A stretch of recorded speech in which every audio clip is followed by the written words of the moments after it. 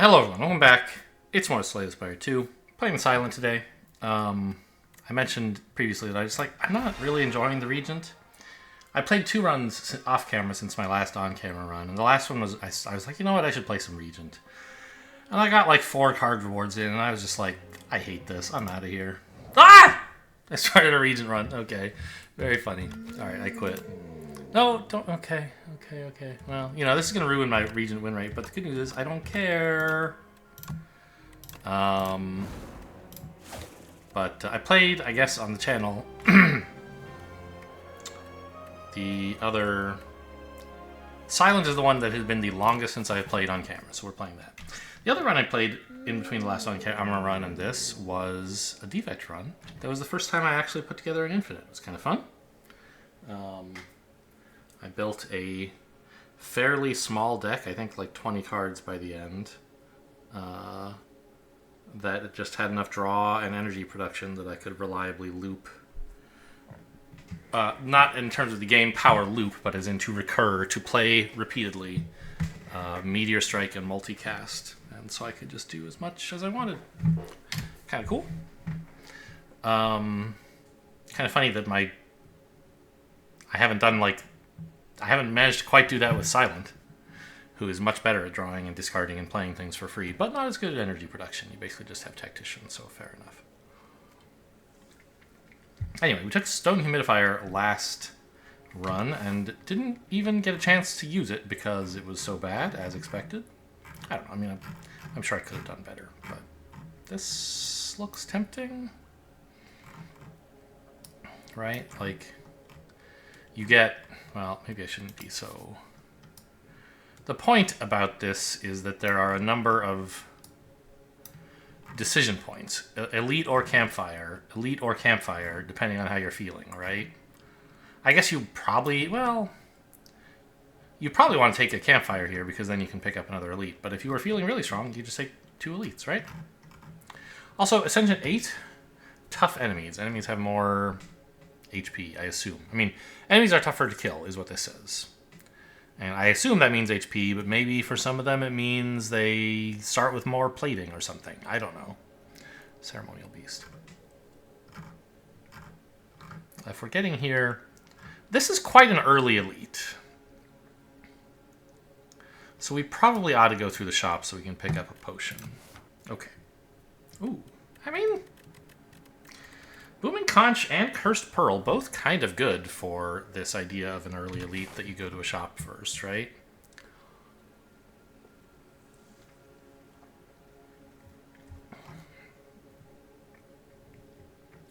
I think I mentioned in a previous video that something I had heard from the beta patch notes was that I never really quite knew like how early elites were allowed to spawn in Slay the Spire 1. But I think in this game, at least, elites are not supposed to spawn until your 6th encounter. And what the patch notes in the beta branch, which are still not live yet, and I'm not playing beta, so that's fine. They're still working on it. Great. Is that this is appearing earlier than they intended because the Ancient counts as an encounter. So, like, this is the 5th thing we will be doing post-Niao, but the 6th encounter, and so it's an elite, but they didn't really intend for them to appear this early. So, elites this early, you don't get a lot of time to prepare for. I mean, if we really felt bad, we could path around, right? But then we're missing an elite and missing a campfire, which is pretty bad. So, I think I still want to aim for this.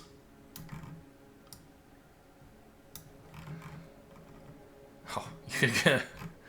I suppose you could pick up 5 elites this act. I don't know if I've ever done that in my life, in Slay the Spire 1 or 2. 4 is about the most I've ever done. I don't think we're doing 5 today. But you could. 1, 2, 3, 4, 5. Just elites and fights. 1 campfire. Very funny. I mean, if you want multiple elites, Conch is nice. But it is sort of wasted with Ring of the Snake, where you already generally can do what you want on turn 1. I think I'm going Cursed Pearl. Give me a nice early shop, please. Not today, bucko. Am I supposed to take 1 damage against you? Probably.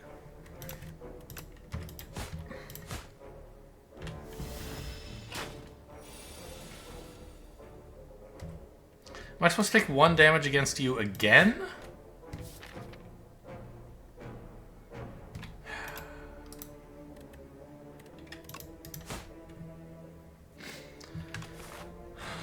Probably. Kind of hate. I mean, you're only at 20, but I'm trying 2 defends next turn, and you're blocking. I probably can't even kill you next turn, but this way I can set up to kill you the turn. Did I not play any blocks?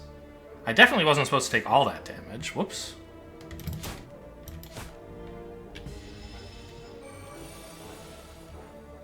Well, I mean, it turns out I needed all those strikes to prevent taking 4 damage this turn.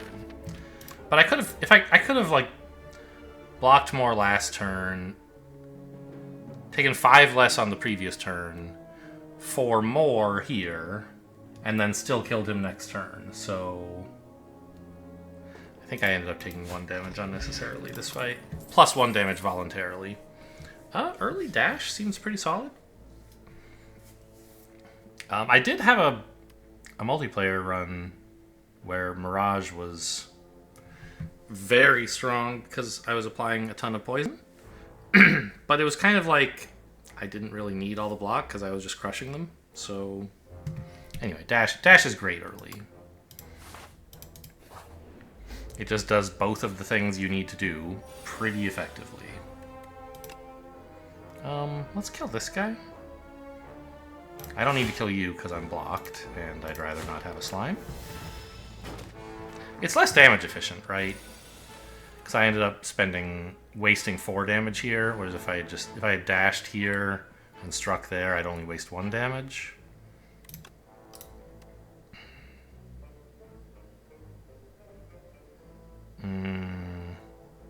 I guess I should waste the weak so that I don't waste any damage, and I don't really need the weak.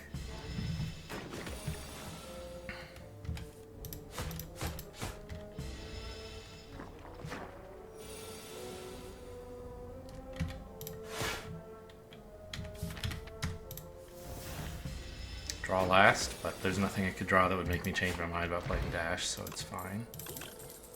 Beetlejuice is like a really good weak potion. Not only does it have a stronger effect that lasts for longer, but it also stacks with weak. So I think you would always prefer to have this over a weak potion. Well, okay. Silent has cards that reward you for enemies being weakened. There are relic, like Paper Crane rewards makes weak stronger. So like, okay, I guess not strictly better, but I'm pretty sure this is almost all the time better than weak potion. I'm thrilled to take a poison stab, get some damage. Blade Dance could be reasonable as well, but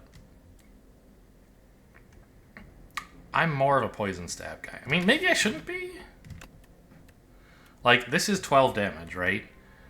This is 12 damage eventually. This is more damage.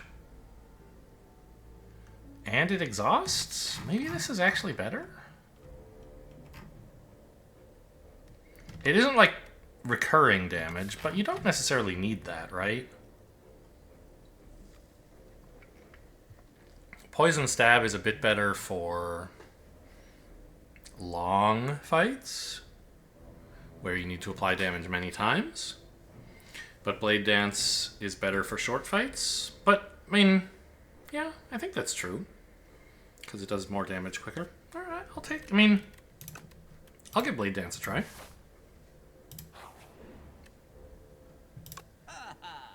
Ha! We have shivs. Could do this. Kusarigama, we got shivs. Sling of Courage works well with shivs. Huh. Okay.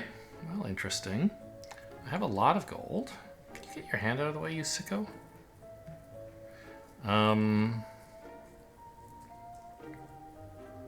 Could afford both relics. That's something.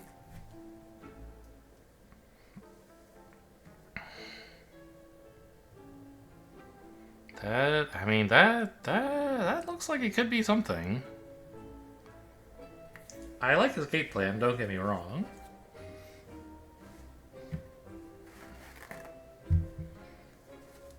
Do I care about any of this? No.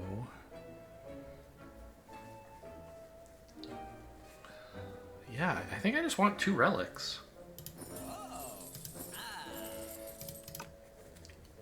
They're both extremely Blade Dance coded, I guess. Alright, I think I feel okay about an elite with a couple good damage cards, 2 good relics, and a powerful potion.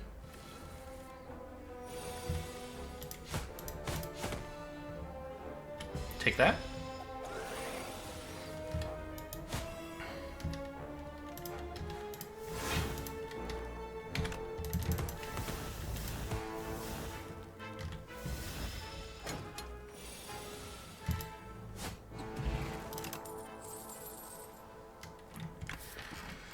Okay. I think I would... If there were an add all button, I think I would happily click it here. All of these are great early additions.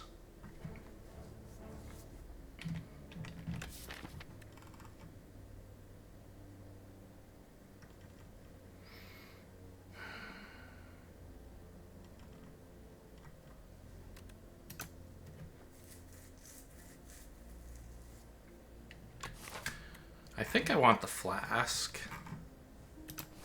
I'm a sucker for flask. It is a lot of poison. It is like, you know, it doesn't really work with either of these cards, right? Maybe it's supposed to... Not cards, relics. Maybe it's supposed to be backflip. But I don't think I've added a ton of damage. I'm leaning heavily on these 2 for my damage, and it would be nice to give me another way to, like, kill enemies. On the other hand, I suppose having these relics means I'm going to be more inclined to take attacks in the future, which means soon after this, my deck might have more attacks in it, and I might want another block card. Arguably? I don't know, I've already got dash, so that's a lot of my early defense sorted. And my Blade Dance exhausts, so I think it is Flask. Really good for the boss fight, right? Okay. Oh, we could fight a giant small statue. Giant shrunken head? Okay, so we do this. And then the order of cards is probably kind of an interesting decision. Normally, like, the heuristic for this fight is play your small attacks and then your big attacks, right? Because the more slow the enemy has, the more it'll multiply the effects of your biggest cards. Of the cards you play last, you want the biggest ones to be last. I don't know if that's always strictly true, because, like... Oh, I have strength. Because Shivs... Okay, so I guess here, it doesn't actually... Yeah, it does, right. So, like...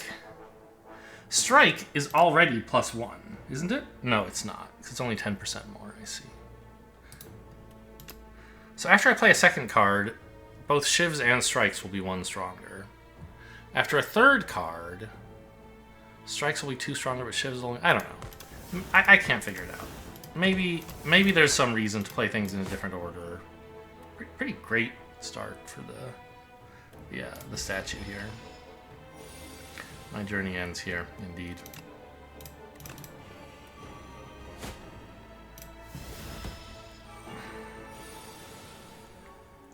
Shall we begin? Well, yeah.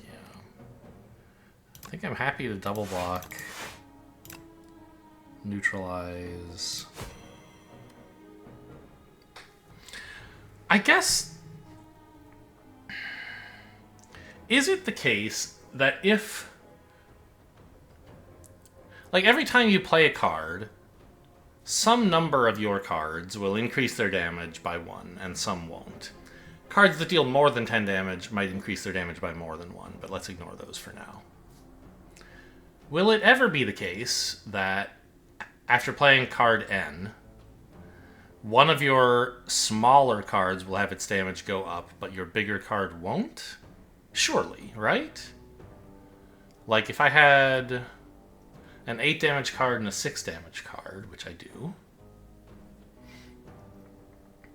If the 8 damage card were dealing a multiple of 10 already, somehow, like it's extra 10% would be rounded down completely. So if somehow, no, I don't know. If it were dealing an exact whole number of damage, not a multiple of 10, but a whole number, so anyway, I think it is in theory possible that it could be better to play a smaller card later, but I can't figure out how to sequence things so that would happen. Get drunk, idiot. It's still bigger than me. That doesn't really seem fair.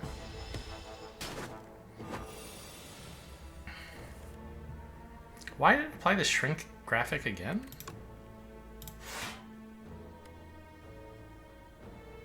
Do I need to keep... Well, I should keep neutralize. I don't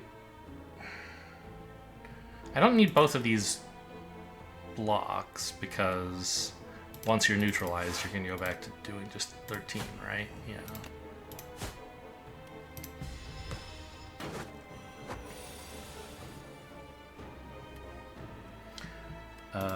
8, and then 9, and then 10 is what this... No, 8, then 8, then 9. 16, 25. Yeah, you're super dead. Okay. Solid potion. Combat. Well, the potion was also solid. It helped the combat work out.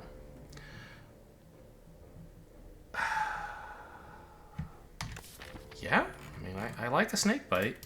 More early damage. Very flexible card.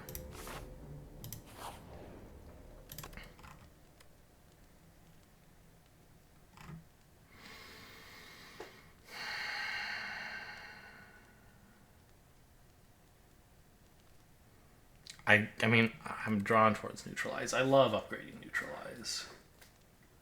Is it right? I'm not sure.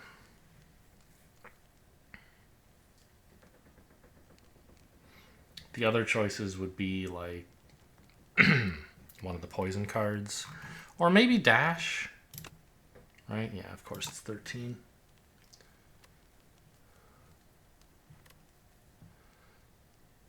I think we're doing all right for damage. Let's get that neutralize upgraded.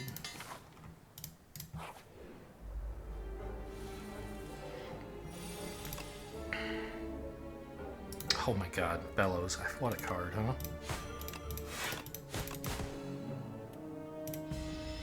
It's not a card. It's a relic. I was just testing you.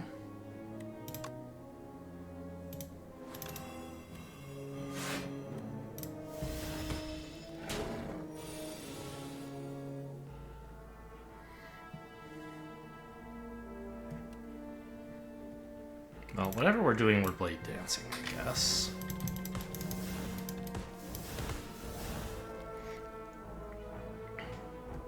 And I guess Snakebite is lethal. So I don't have to think about whether dash would be better.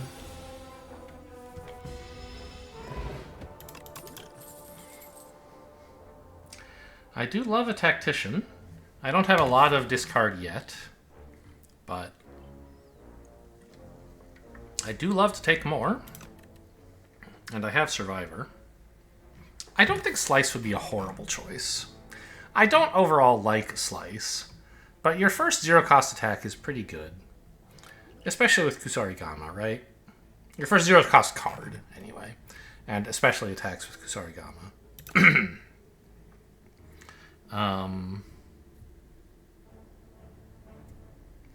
But I think Tactician... Like, I'm doing just fine for the moment. I can afford to invest in my future, so to speak.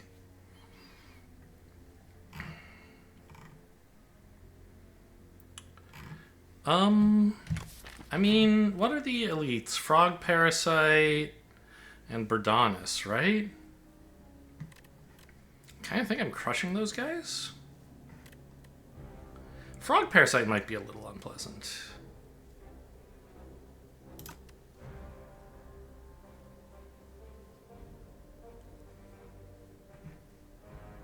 Yeah, let's try to get some more relics.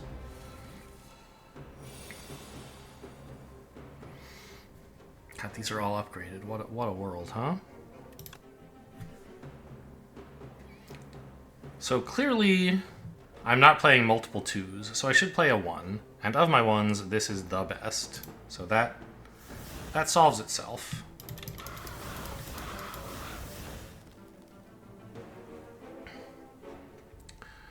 Now what?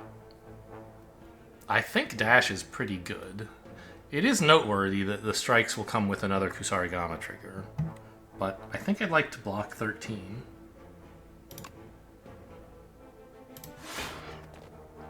And I think I should take a regen potion. I mean, the thing is, I'm not even sure this fight is lasting 5 turns, but I'll get most of the block, most of the life gain from this, HP gain. The healing.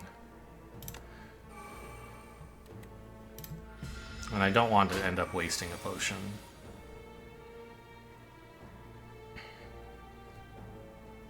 Okay, I think we do Snakebite here. Costs a little damage, but I mean, it pretty much locks in a victory eventually. Great Tactician. Well. Like I said, it's an investment in the future. It's not good right now, and I knew that. Is the enemy currently dead? No, but it is dead next turn, so we will block. And look at this. I'm getting the full value from my regen potion.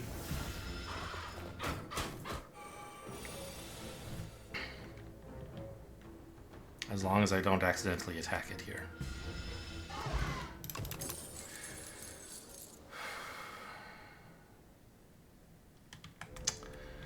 Bubble. I have 2 poison cards. Bubble is very strong if they're already poisoned, and very bad if they're not. So it's more another investment in long fights. I think it's worth. The downside is, like, not only that I might draw it before I draw my poison cards, but even if I draw them at the same time, I usually can't afford to play, like, 3 energy just to poison enemies. You usually need to block a bit. But even so, I mean, I ended up healing. I took as much damage plus 1 as I healed, is that right? Oh, 2. Okay. Horncleat, love to see it. I don't think we're doing the 5 Elite Dream today.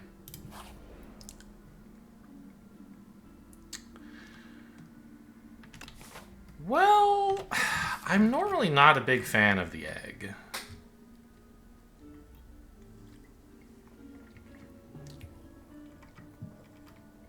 But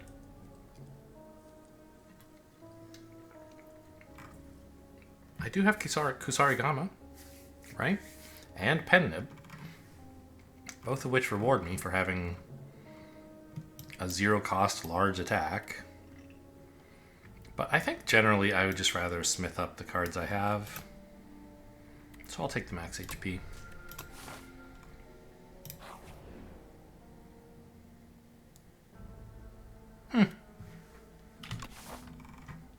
Okay. Transform a strike and a defend? What happens if you transform a quest card? Could you get a different one? Like, if I'd taken Berdanis Egg, what would happen if I transformed it?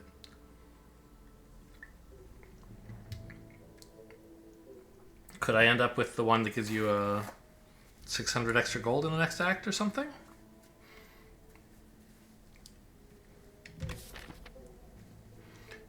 Anyway, I'm pretty sure transforming is the answer here. And Sling of Courage does make the strikes better than usual, as does Kusarigama. But I think it's still at least 1 strike gone. And I think 1 defend is what should go with it, yeah. I suppose you could transform a curse and hope to get one that you can remove, but, like, get real.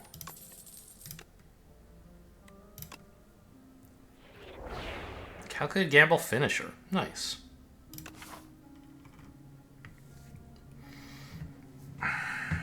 So,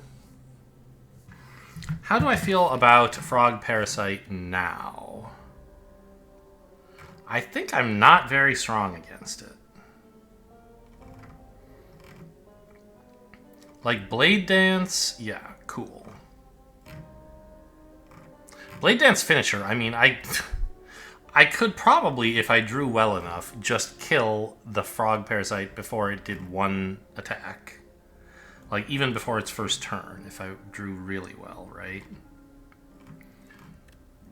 Because with Bellows, this would all... If I had, like, Blade Dance, Finisher, Neutralize,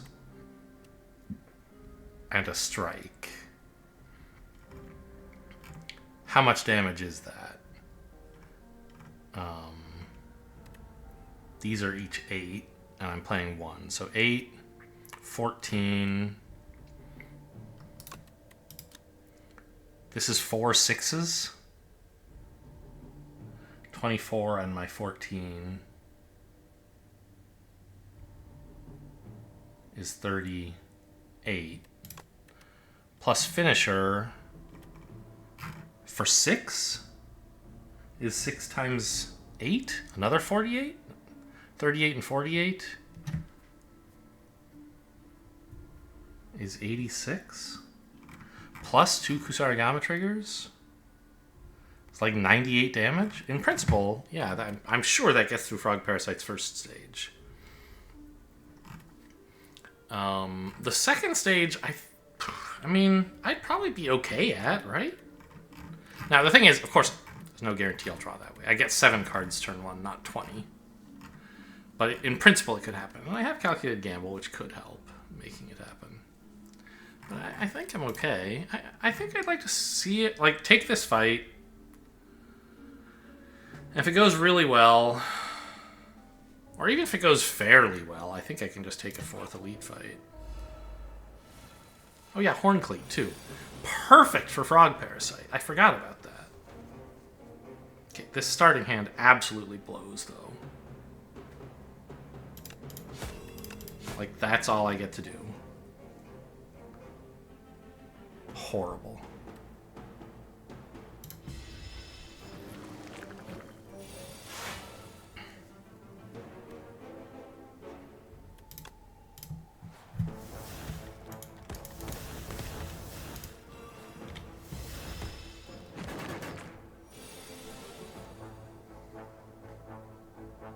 I mean, even so, we're looking fine here, right? Strike, strike, finisher does it, right? 16... I mean, how much damage do I have to do? 14? Yeah. So...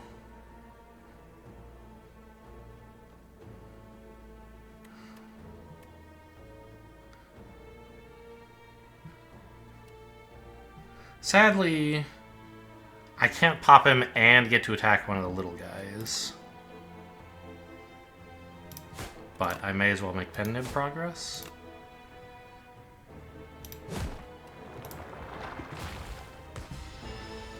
Oh! Kusarigama waited for him to die before it went off. That's nice.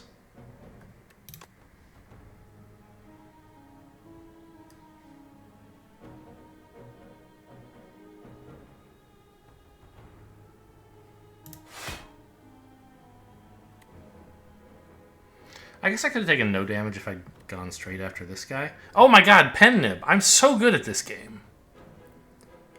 Well, sort of. I think this is right. Because it doubled... I think I did it right accidentally, right? Well, maybe I could have... If I'd, like...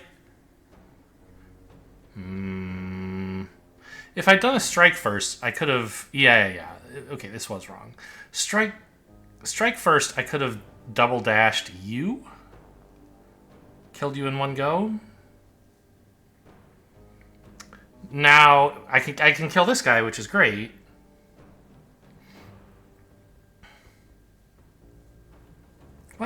don't know.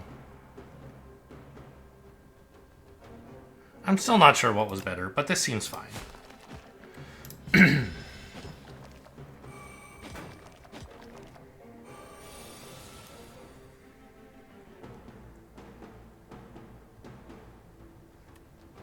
7 poison, huh?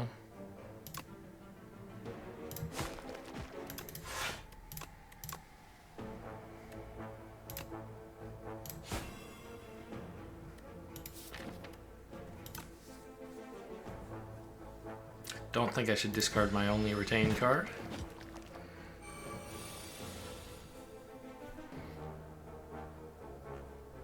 Would have drawn an infection, so that would have been not exciting.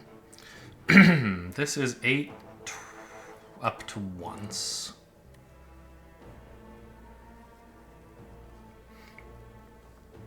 So I guess it's strike finisher on the same guy.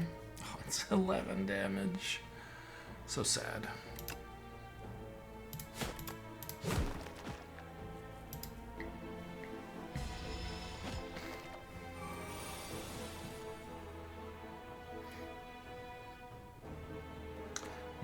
And then 12, that's lethal.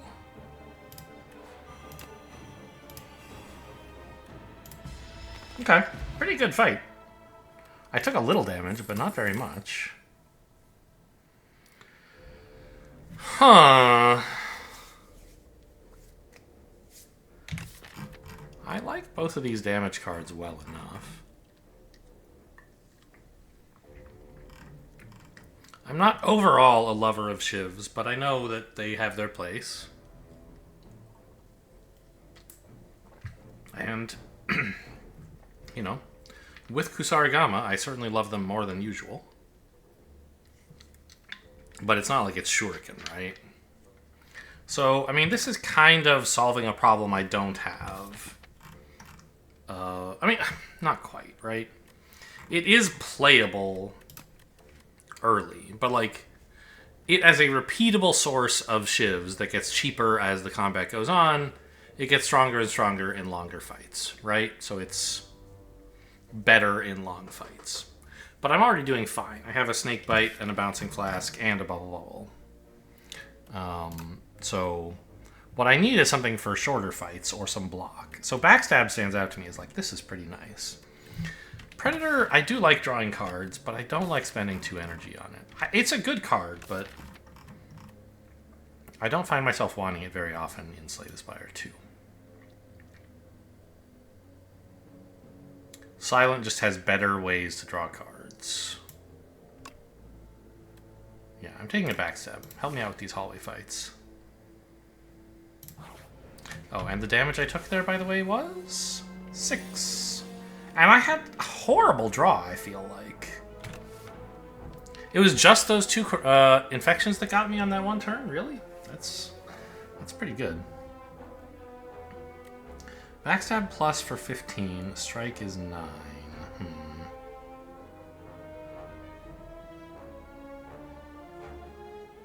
Well, I mean, Strike Snakebite does kill this guy. But I think what I would rather do is just block him. Oh my god, Vambrace, hang on. I was thinking I want to get my Snakebite on the Strangler. But I suppose I could still do that and just take 3. And I was thinking, oh, I'll just block this guy. But it's wasting my Vambrace, you know? So, I don't think I should play a defend. I'm playing Snakebite Strike. The question is, who do I play them against? Am I willing to take 3 to get a big head start on you?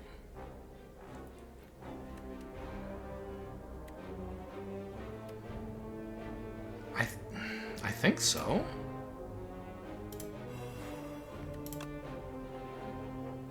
But this damage I will put here. I do need this guy to die fairly soon.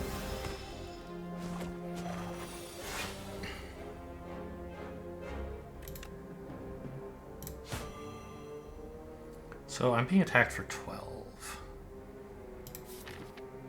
I mean, it kind of plays itself, no?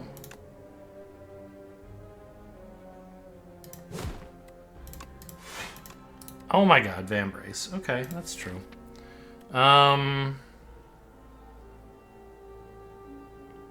Okay, fine.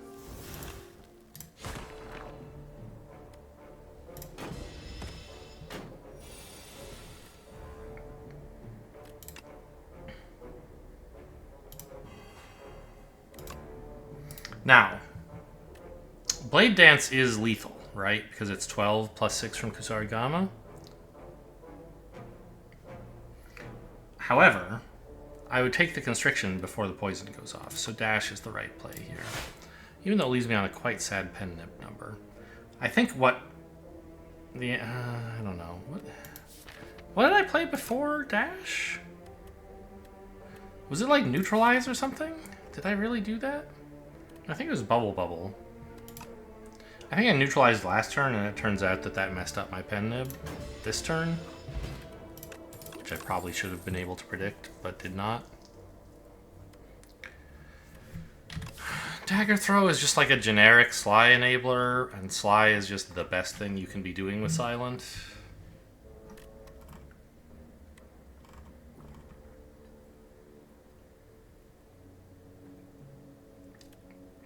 It's not the strongest Sly enabler, that's for sure. But I don't know. I mean, I could take any of these, I think, and it would be okay. But I think instead I will take none of them. Again, this like Kusarigama, it's 2 attacks, pen nib, right? I mean, there are relics pointing me in the direction of Leading Strike, but the downside is it's just not a good card. And I'm already doing fine for damage. Yeah, give me a 4th elite, please. Oh, buddy. You are in the wrong place. We already fought and you lost. And I have only... Since then, I've been studying the blade. Oh, man. Yeah? I think we can... I don't have a potion this time, it's true.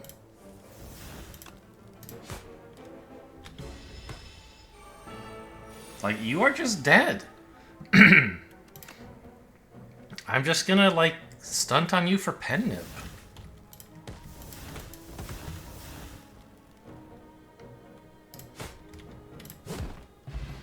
Your head fell off.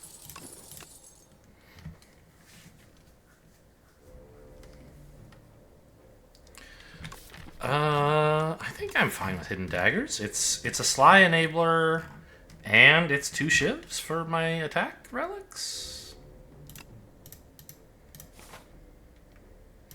I don't think I need to rest here.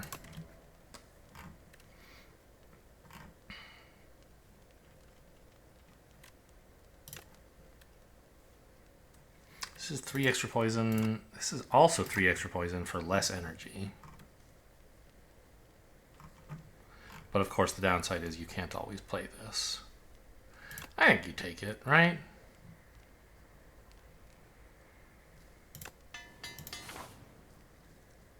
I suppose one argument, you could argue for upgrading dash because, like, Vambrace might double the gained block. I think that usually won't matter. Your first block of the combat, 20 is usually enough. Oh, punished. Oh, well.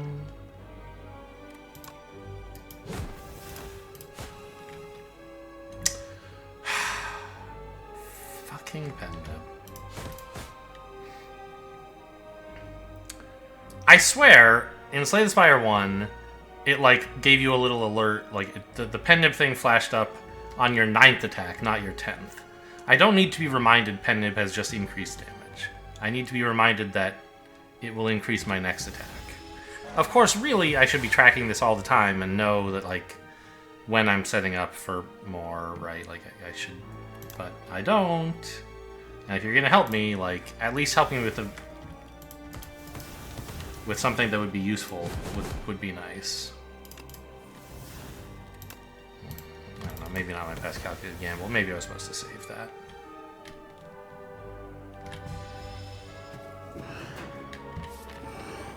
both poison cards on the bottom.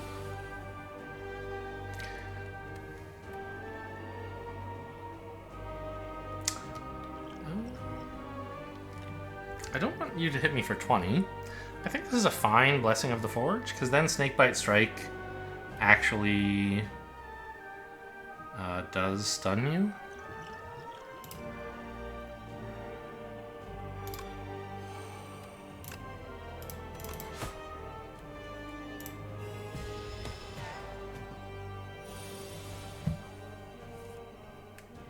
Yeah, what a turn. Okay.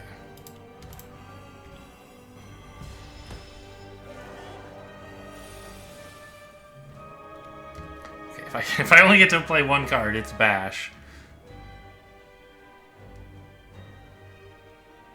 Why is it so big? Vambrace is still on. I haven't played a single block card this fight. That's kind of funny. What are the numbers on Dash though? Isn't it? It's 10-10, isn't it?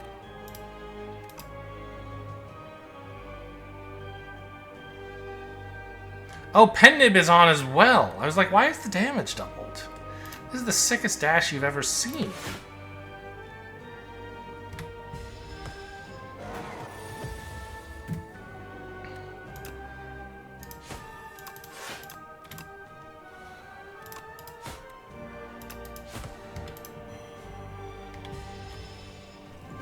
Okay, Silent is just too strong.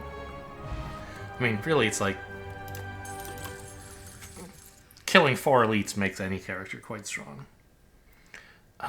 Malaise. I mean, that's the only good card here. I haven't had Malaise yet in Slay the Spire II, I don't think. Maybe once very early on. I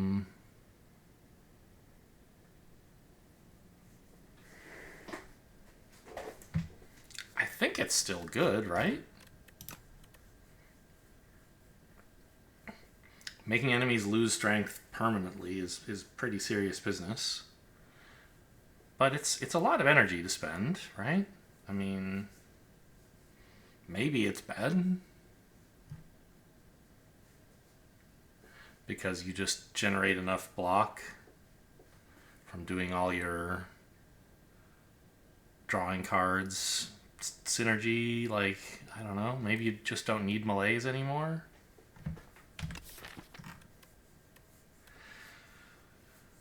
And one of the things that made Malaise so good in the original was that you expected to fight the heart. I mean, I didn't, because I didn't generally do Act 4. But one reason Malaise was so high on people's tier lists, basically, was that the heart always did multi-attacks for 12, which makes removing strength unbelievably strong. Even if it had a way to, like, get its strength back, which it did eventually. You got a huge break. I don't feel like there are that many multi-attack enemies in this game anymore. Like, that do huge multi-attacks. There's not really any, like, you know, 3x5s. I mean, there's a couple, I guess. The Turret Operator. The Soul Nexus attacks for 4. The Queen attacks 5 times. So, like, Malaise sometimes gets some value, but I don't actually know if it's good anymore. I think I might just skip all of these. Like, it's just kind of in my way.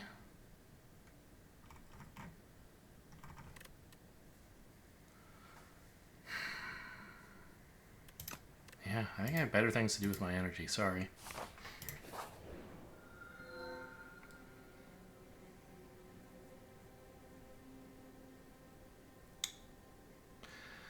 Well, well, well.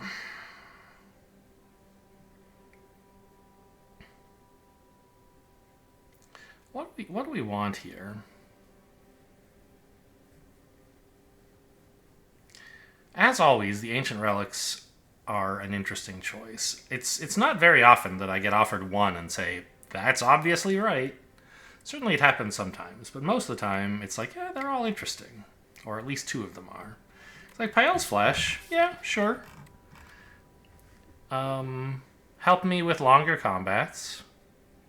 No real downside. The downside is that there's not much upside for a while, but that's not actual downside. It's just... It's not like... You know... actually... Do any of Pyle's relics have downsides? A lot of Ancients do, but maybe not the Act 1 ones, now that I'm thinking about it. Where's the compendium? Relic collection, I guess.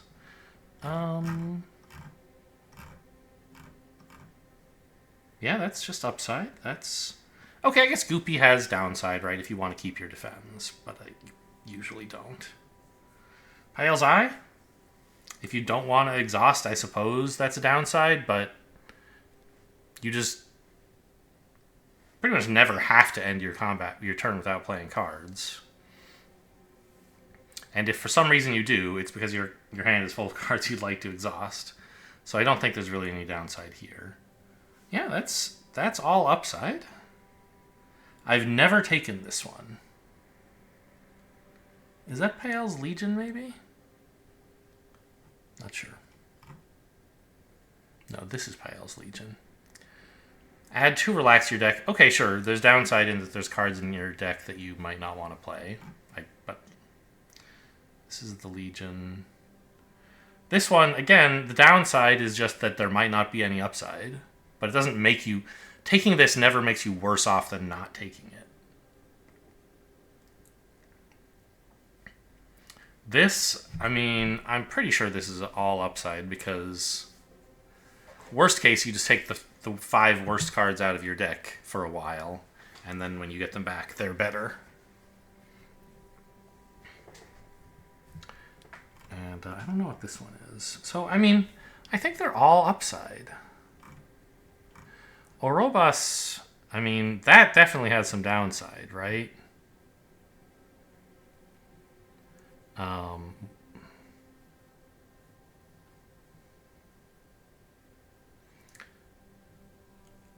I guess I haven't taken it, but there's one, this one I think, that like, well, no, there's one that's like gain energy at the start of every turn, but your card rewards now include cards from other classes or from some specific other class, I forget, which is downside-ish. I don't know what the other one is. And Tezcatara, I think, is... I mean, there's some downside there, right? Like, this one gives you Soot, right? So it helps you thin your deck, but eventually it starts bloating back up again. That's not strictly upside. Tezcatara's Ember. Not strictly upside because you can't remove strikes anymore, right? Spend 5 gold. Not strictly upside. Adds a card to your deck that's very good, but in some circumstances you might not want to play. Kind of downside-y. If you don't want to exhaust cards, I guess this could be bad. Like if you plan really long fights, obviously it's usually good, but most of this is mostly upside.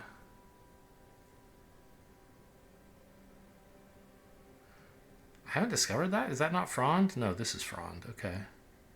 Wonder what that is.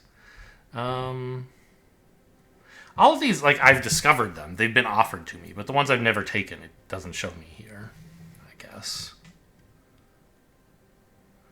I guess there's fewer downsides than I thought on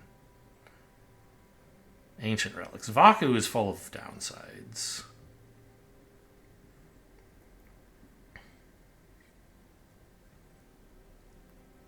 But most of them are just... They just make you better.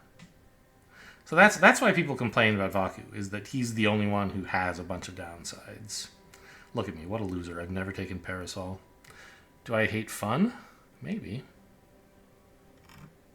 And of course Darv, a bunch of this stuff has downsides because it's Slay the Spire 1 relics. Oh, there's Choker. I don't think I've been offered Choker yet.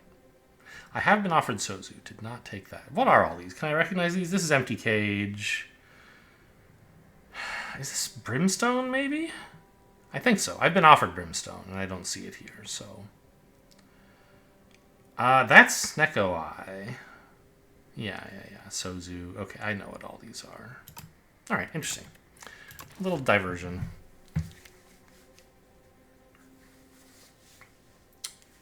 I think all of these are pretty playable.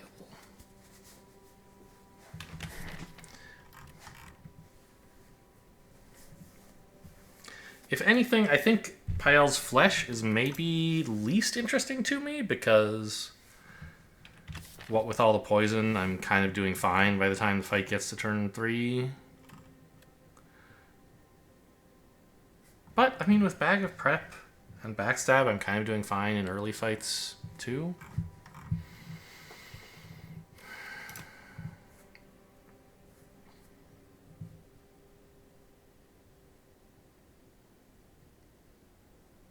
Do I want Goopy Defends? Yeah, I mean, sure, they're fine, but I really don't... This is the kind of gameplay I don't enjoy. Having, like... It's the same thing I kind of complain about with Pen-Nib. Not only is it easy for me to, like, not notice Pen-Nib has gone off, that's a different problem. Like, but what I don't appreciate is that Pen-Nib is this extra objective that you're responsible for taking advantage of every combat. Trying to end the combat with Pen-Nib on 9 or on 8 or whatever is most appropriate for the way you plan to play the next combat. I just don't want more shit to do every fight. I want to be able to end the fight and have that be the best outcome.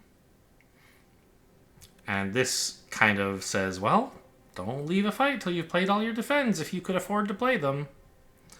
You know, see if you can stall to play all your defends.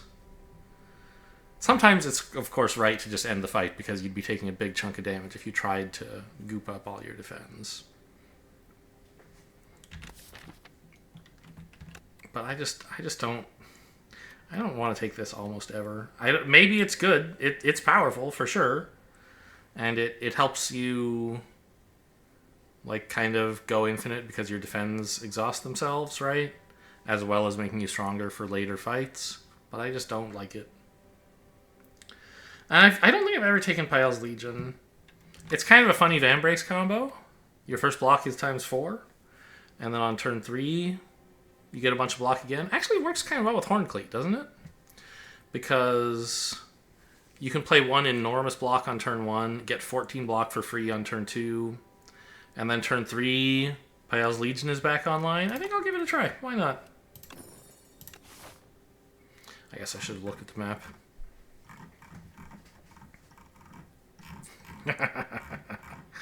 Well, what if I just fought 4 elites again?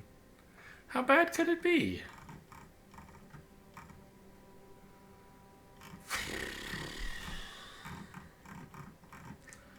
The other alternative... You can't... Well... I mean, the thing is... It's hard to actually dodge any of these elites, right? Like, you could dodge this one, but if you do, you're skipping a campfire, so you'd probably just take the campfire. And likewise here. Like... I think Elite plus Campfire is generally a much better path than Event plus Combat. Unless you're feeling very weak. But if you are, like, you kind of don't want to take an Event into Combat, right? So this is kind of locking you into 4 Elites. It looks like you have a few choices, but you don't really.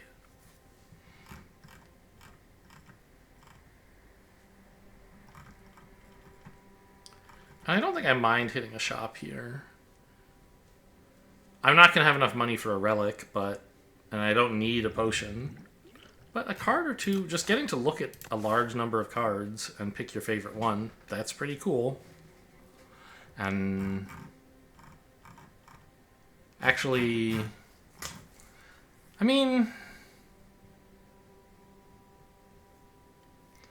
this would be my 3rd combat. So a thing that I've said before is that, like, the first 3 combats you face are from an easier pool of enemies. I think I have come to understand that this is only true in Act 1. And in Acts 2 and 3, it's the first 2 combats are from a weaker pool of enemies, and then you start getting into the strong ones.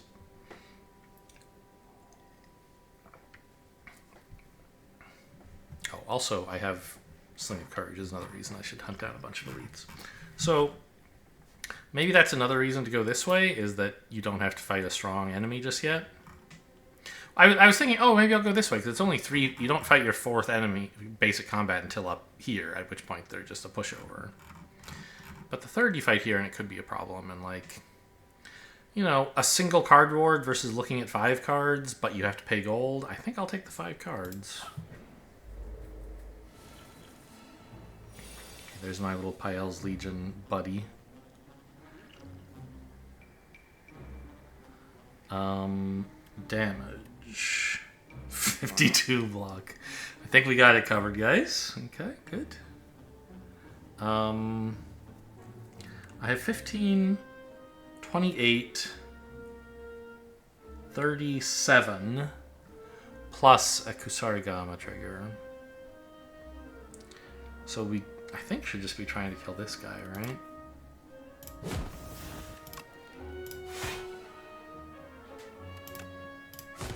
And then he turns into a little wall. Alright, Kusarigama hit this guy, which, I mean, is fine. Probably what I should hope for. Because now I have the opportunity to pick him up with just a Shiv, perhaps. And if I do end up striking him, it's just spending 6 damage there, the same as Kusarigama going here would have been. Oh, okay. I guess I should neutralize here. So I'm wasting the weak, but I'm ensuring that Bouncing Flask all goes to the right enemy. Okay, see you later. Let's play a couple of attacks, if we can.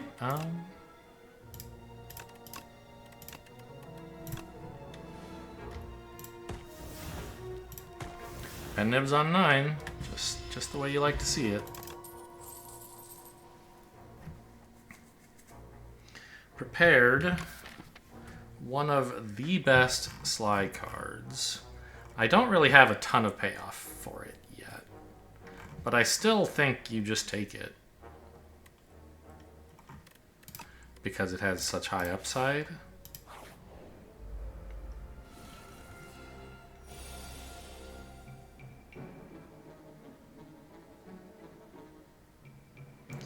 Well, okay, so this does the most damage of all my attacks. And I mean, Dash is a convenient all-in-one package that blocks and attacks. But I think I'd rather defend so that I get Bouncing Flask in there. It's an unbelievable amount to block with Vambrace and Pael's Legion.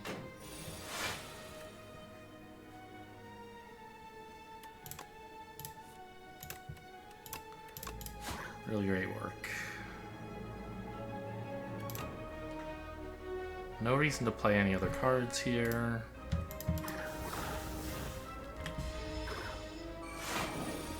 Okay, so if I can apply 9 poison, he would die, and this is 12 poison.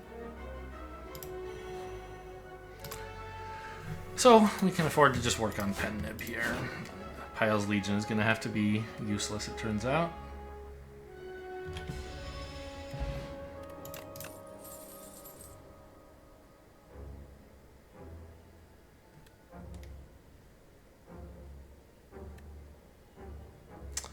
I believe Dodge and Roll benefits from both Vambrace and Pael's Legion. Like, it obviously the first block, the block this turn does, but I believe the block next turn does as well. I think they both kind of have the effect of making block numbers on the card go up. And so the buff that you get for next turn is increased. I think that's a good enough reason to take it. On the other hand, I've already taken 3 extra ways to discard. And I could just take a Flick Flack. Help me with Decimillipede, right? Which, at the moment, I'm not looking that good for. Yeah, why not? Ha ha! Yeah, sadly can't afford the relics, as predicted. God, ice cream. What a relic. Skip? No, I'll take Finesse. Oh, there's card removes as well. I sort of forgot about those, but yeah, that's true.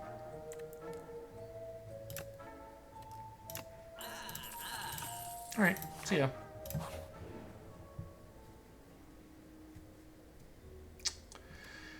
So, like, if you reach deeper 3 times, you take a bunch of damage, but you get a relic. And I forget what the relic does. It's like every... Well, I can look in the compendium, right? It's like every 4 somethings, draw a card, I think. Every 4 cards you play, maybe.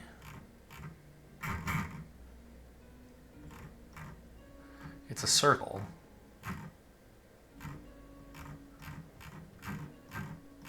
So, okay, it's the event pool. It's this one.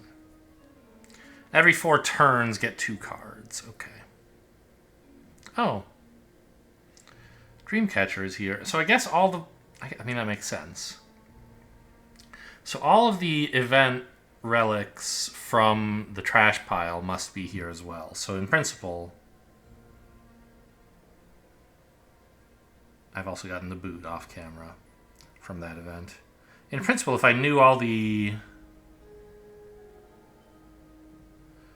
Slay the Spire 1 relics well enough, I could recognize by their outlines what is still in. Hand Drill is another one that I think is from that event only. This is this Ma Bank? I think is what the one was called. It's like a piggy bank thing. I don't know what the rest of these are. This looks kind of like Ninja Scroll, doesn't it? I don't know if that's from the trash pile or just it's in the game, but I haven't seen it yet. This is some mushroom? Yeah, because I've never taken the bad option from the mushroom event. There's just like draw fewer cards at the start of each combat or something. There's an event that I forget exactly what it does. It heals you a bunch and then you get a relic that means you draw fewer cards. It seems horrible. Anyway, I don't think I care about Polynus Core all that much. I mean, especially because it's just another thing to track like Pen Nib. Just give me a little gold. And there's no shops coming up anytime soon. I don't think I want to pay HP for more gold, especially with probably 4 elites coming up. So just give me a little money. Hello, buddy. This is a terrible draw. I mean, it's not terrible. I just can't really do anything with Bubble Bubble.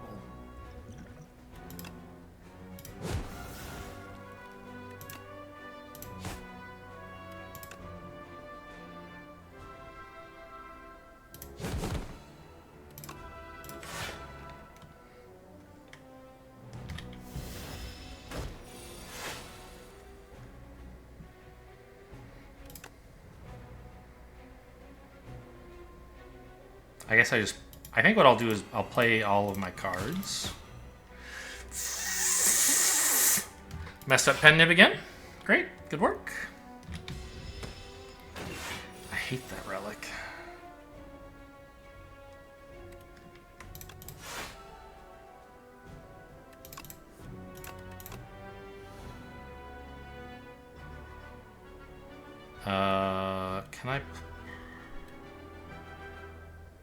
Can I play everything here? Oh! I wasted Pyle's Legion on Finesse. That's true. I mean, I guess I only could have gotten one more block by playing Defend first. And I didn't know I wanted to play Defend, so I don't think it was a misplay, but I didn't notice it was a possibility. So, I mean, Blade Dance Strike gets through his block.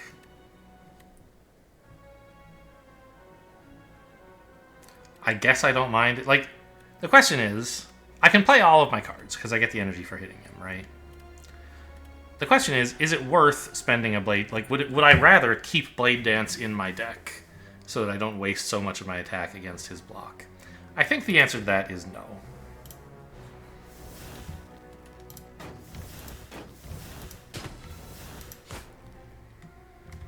But it was something to at least think about.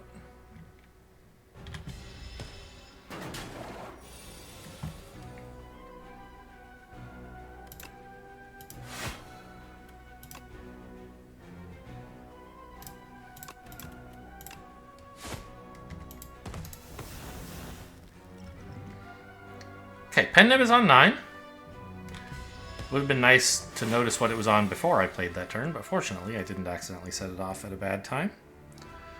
Well,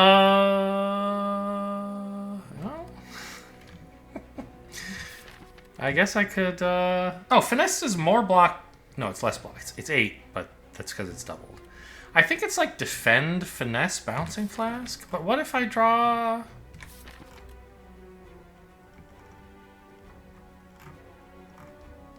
Survivor? In that case... Well, it doesn't matter. Because Survivor would let me discard Tactician. Yeah, I don't think... What would I draw that would make me not want to play Defend, I guess is a question. You know what? Let's see what's in here.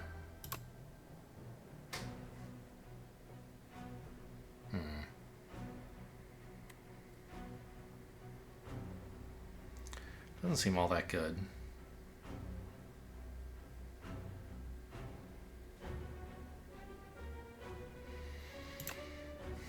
I mean, I guess 20 damage isn't nothing.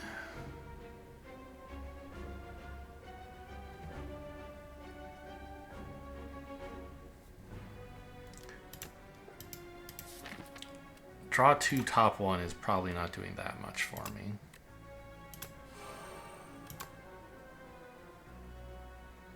I guess I should wait in case I end up drawing Neutralize.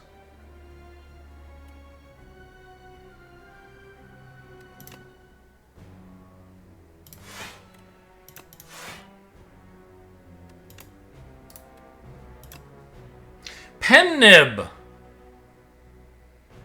I forgot again. Okay, good potion, it turns out. That's why I shouldn't have played Defense. Oh my god, okay.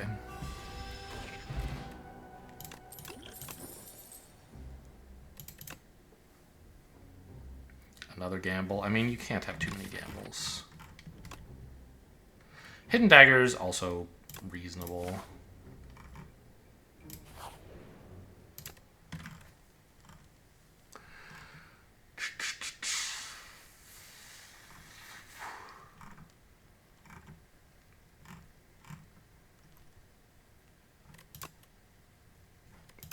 I think.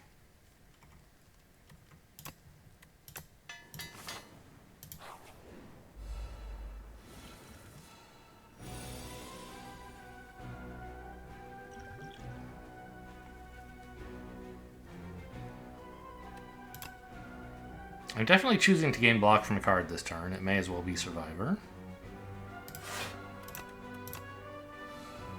Really starting to regret this upgrade on Bubble Bubble, let me tell you.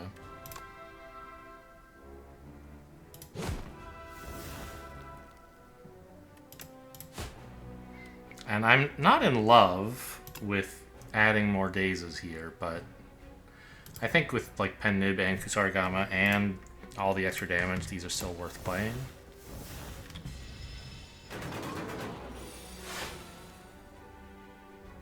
No thanks. Okay. Not great, but, you know, with Horncleats got me covered, I guess.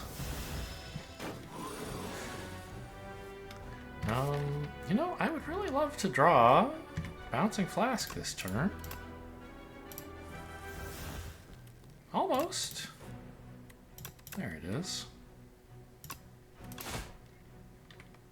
Let's make sure we don't gain block from a card this turn, shall we? Playing the Defend just for fun would be an error.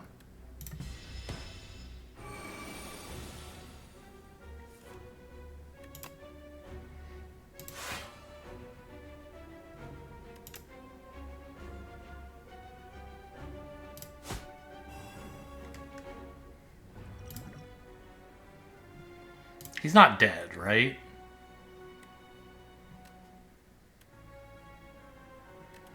I could get 3 shivs.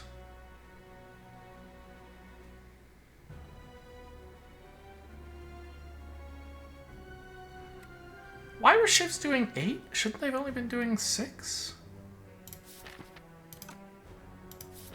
Oh, because they were upgraded shivs. Okay, so these shivs would be 6 each. I should check that I don't have lethal, because if I do, I should play it. So these are 6 each is 12. Another 11 is 23. Finisher would go off 4 times. 32 and 23 is 55. Plus 2 Kusari Gamma triggers would be 67. 8 poison.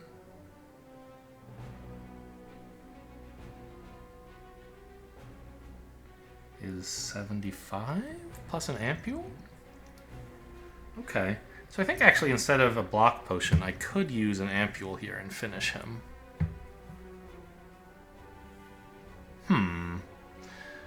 I'd like to use the ampule for Decimillipede, though, I think. Oh!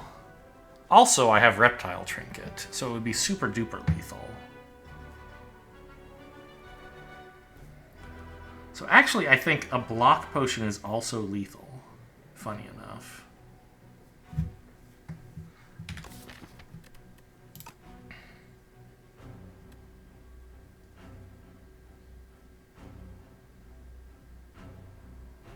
Six times 3. Oh, I thought this was... I only counted 2 of the shivs. This is 6 times 3. That's 18. 29. Finisher would go off 5 times. 40. 69. Plus the 2 Kusarigama triggers is 81. So, okay. Doing nothing is lethal. Well, I have to play cards, but I don't have to spend any potions. And then if I'm somehow wrong... Oh, also pen nib! Okay, got it. So yes, we're very lethal here. Sadly, I can't pen nib the finisher.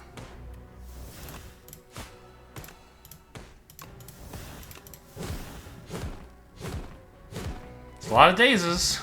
See you later. Ooh, potion belt is great. Good. I'm glad I didn't spend any potions, as it turns out. Ooh. I would like to press add all again. I mean, I don't really need Bouncing Flask Plus. I already have one. I mean, Backflip and Tools of the Trade are both really nice. I think it's Tools of the Trade.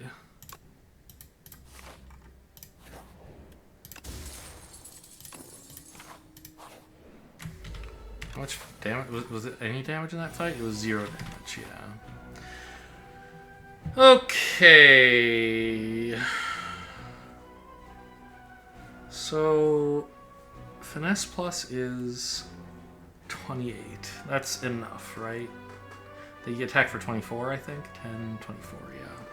So I don't have to play any defense. This blocks. And then we can see what this draws before committing to anything else. Yes.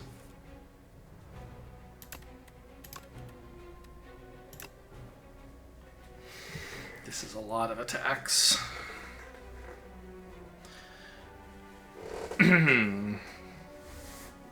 This is so many attacks. So, if I play Blade Dance and Finisher, which I definitely want to play this turn, that's 2 energy. I have 1 left for either Strike or Tools of the Trade.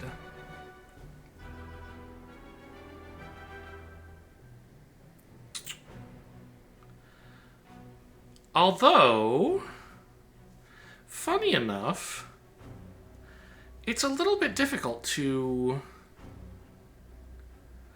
play Finisher last because I have to discard 2 cards to this, right?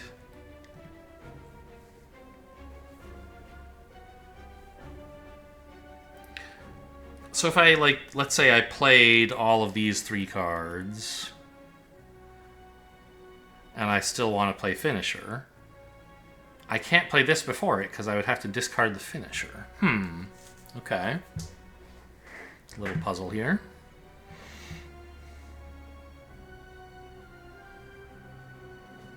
I mean, I think the answer is you just have to not play finisher last. It should still be huge, right? Like, I can easily play 6 attacks first. So this is hitting for 48. That's probably... Oh, I was going to say that's probably big enough.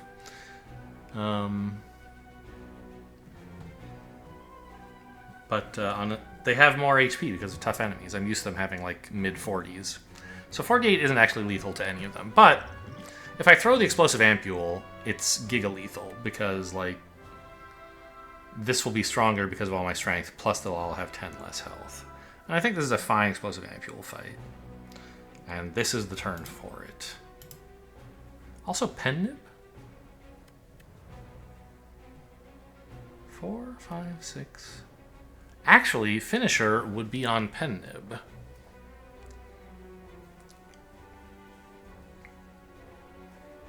So that's if I play strike instead of tools of the trade.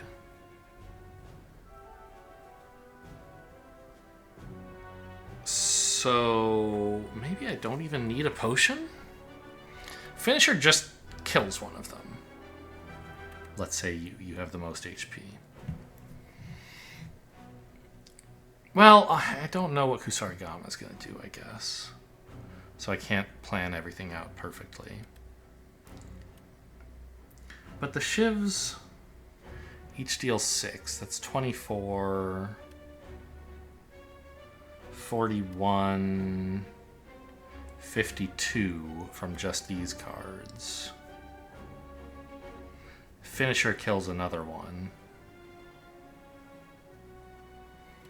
And then this...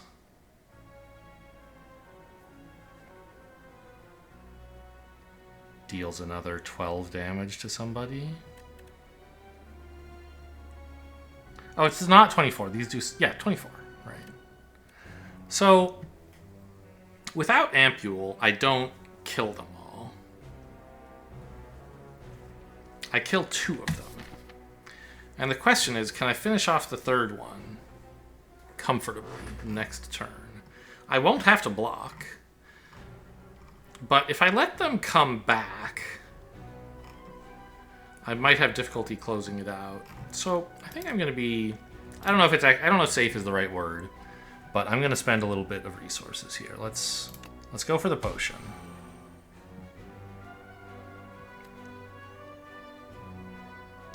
And we said finisher can kill you, so let's work on you, I guess. It's hard to know what, because we don't know what Kusarigama is going to do, of course, but... So these shivs each do... I get 3 strength? Yeah, so I have 5. So these each deal 9. What's the efficient way to divide that up?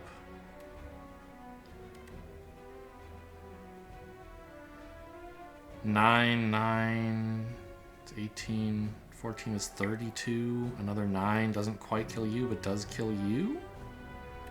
Is that right?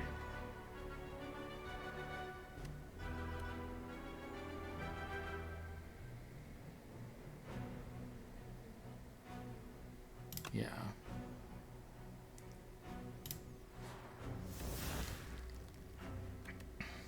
$14 leaves you at 26. And then 3 shivs is not perfect, but pretty good.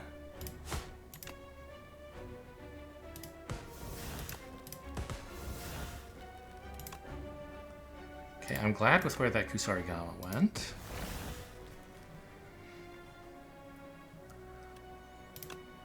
So now 20 and 9 is still not perfect here, but it's pretty good. Kusarigama here would be perfect. Missed, okay. But I think it's fine. We still kill him. It's a lot of damage. I think he's dead. 22 times 6, okay. Alright, so I don't think we had lethal without using the potion. But I'm perfectly happy to use the potion there. I was about to say, obviously backflip, but... What about haze? I have prepared plus now. Okay, sure.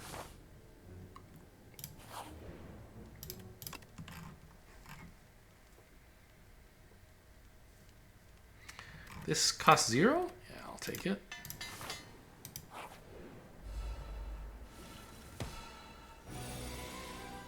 I feel like we just fought this guy. I guess this is our 4th elite fight already. I mean, they haven't been very difficult. You're the only one who hurt me, so this is a grudge match. Finesse blocks enough. Hello? I don't have any damage? Okay. Well. Oh. You could play hidden daggers here, but I don't want to like turn these cards into shivs. I want to turn them into real cards, please.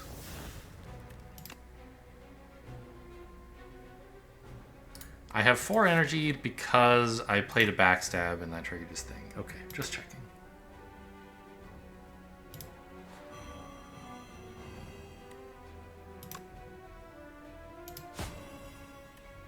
Dash deals 12. This deals 9.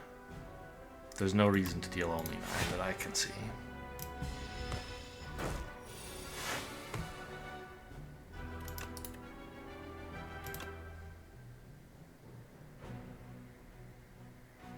This is strictly the most damage of my 1-cost choices. Pen Nib is on 5. I can't quite get Finisher, huh? So, I mean, it's still a good finisher, right? 8 times 4 is 32 damage. That's better than Snakebite. It's a strike plus. Yeah, I mean, and I get to keep the Snakebite.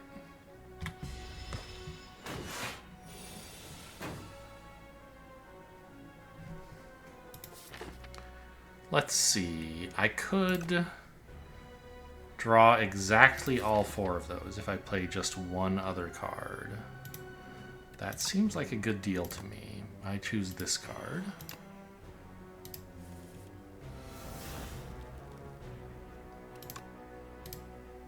I guess technically I should have kept that in case I want to discard it prepared.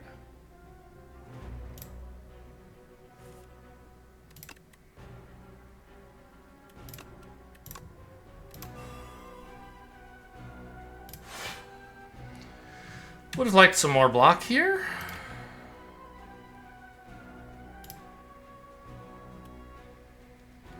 Pen Nib, sure.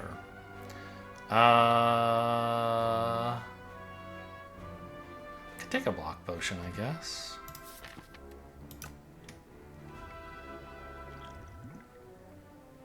I'm taking 17. Seems like a good reason.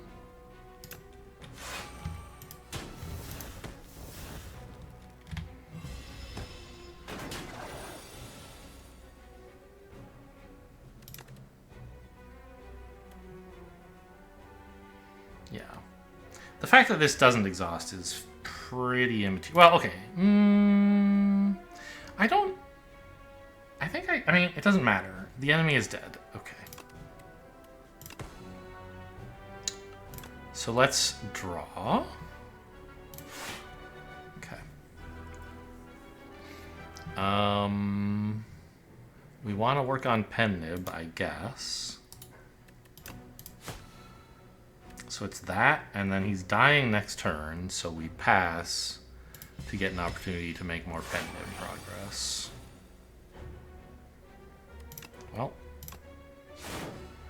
there it is. There's my progress.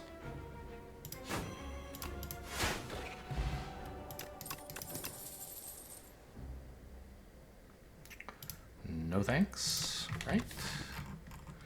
I mean, pinpoint 0 energy, deal 17, that's fine, I guess. It's okay. Wait, what is the non-upgrade version? Oh, it's 3 ships, I see. I mean, Strangle is kind of a win con of a sort. To reward you for just playing a bunch of cards, but right now I'm doing okay because my cards do things. I haven't gotten myself into like an acrobatics tactician loop or something where I can play lots of cards but they don't do anything. Hello. These are not real relics, buddy. But as always, I'm happy to take them. No real shop coming up.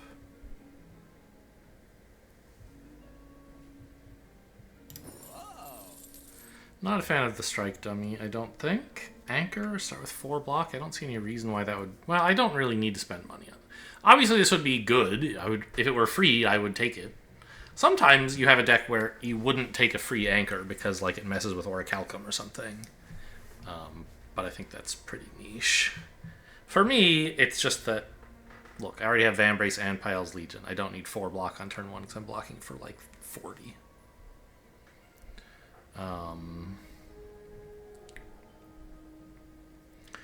Orichalcum, probably not all that good. Because I'm incentivized to play blocks most of the time, and this can't do anything on turn 2 because of Horncleat. Blood Vial, I think, would be perfectly lovely. Happy Flower is fine. But I resent the chore of managing it, so I won't, I think. Yeah, just take these 2.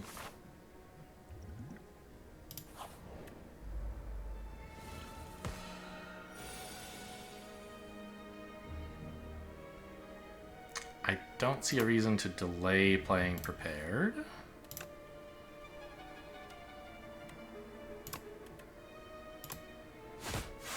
Got him. I guess that's the reason. I might draw my Sly attack, and then I can't so easily get through his block, but I'm getting through all of his block anyway, so it doesn't really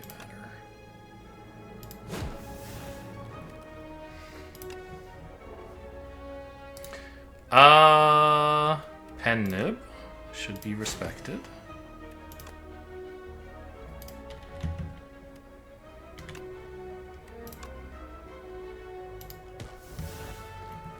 Biggest dash of all time.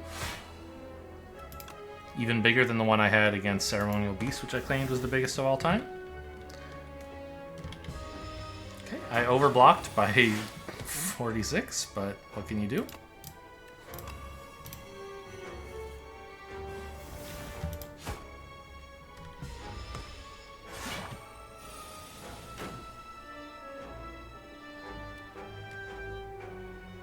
Oh, I'm frail. That's why it's so tiny. What do you think? Is this lethal? Probably not.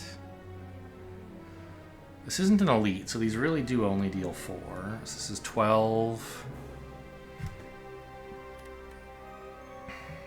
This is 18. That's 30. Plus a Kusarigama is 36. Ignore passing armor, that's 21. Plus the 12 is 33. I mean, we're still 23 damage short. Snake Bite would not be enough.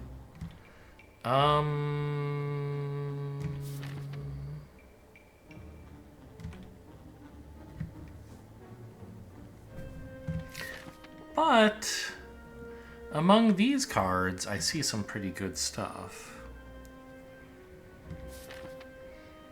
Right, I want to play... If I play Survivor on the Tactician and Bubble Bubble, that's a pretty good use of my time.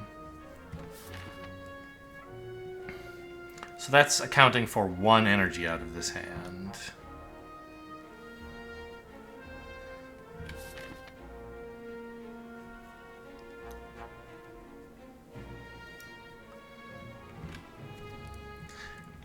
But the Survivor will block 12. So I will want to block more if I can. But I think playing a Finesse actually hurts me. It draws a card, but it wastes the extra block on a really tiny block, right? So I think Finesse should be discarded rather than played, weirdly. So I think I want to play one of these cards. So that I draw exactly these 5.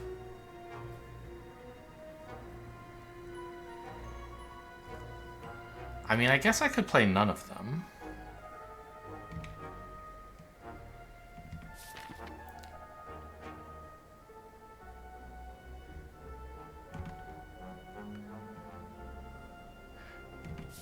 But what if... So the defense are currently blocking for 7. No. Well, this... They're... Yeah. So it's doubled, but also multiplied by 0.75. So it's times 1.5, basically. That explains the 7, yeah. But... No, playing a defend from this hand doesn't make any sense. I think it's a Blade Dance, even though the damage doesn't do anything. It does a little. Yeah, okay. I guess I could discard these shivs and draw more useful stuff. It's an unusual approach. You usually don't like shivs in your discard pile, and I at the moment indeed still don't. But I think it would be fine, and I'm kind of looking for something better than defend. I mean, what could I even find? Yeah, I mean, I could find a prepared into playing Haze or something, I guess. I don't think I'm looking for more cards, though. I think I'm just going to play these.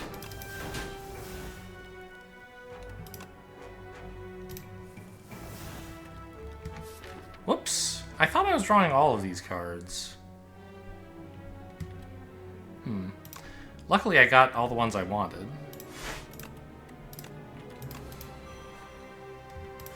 Huh. Did I calculate a gamble for itself or something? I probably did.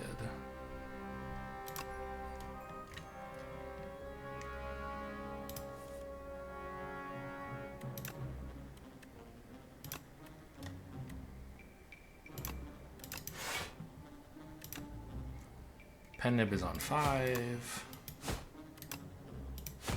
I guess I should have played Finisher first, since I don't need to do any damage, and I want to make sure I can play as many attacks as possible.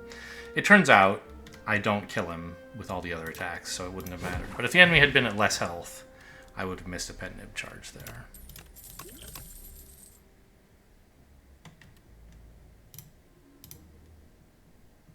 You could take a Flick Flack, but I don't think you should.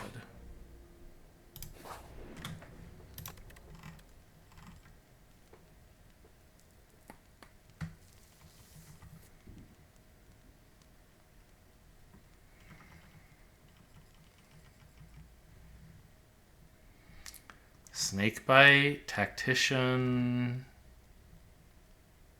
Finisher, Bouncing Flask? I don't think it should be Bouncing Flask.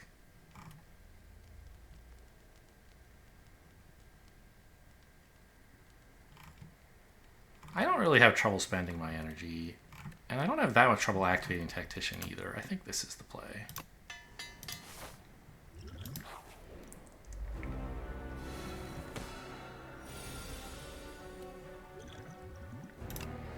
Well, simple turn, I guess. Accidentally got Pen Nib right. Good work. Wasn't paying attention.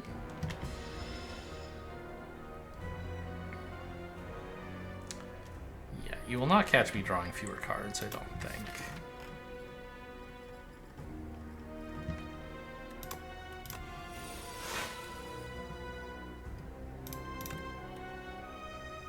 No reason to put this off that I can see.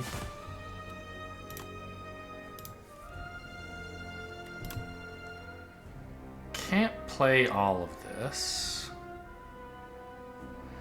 Don't need a defend. So I can afford to exhaust the Ascender's Bane.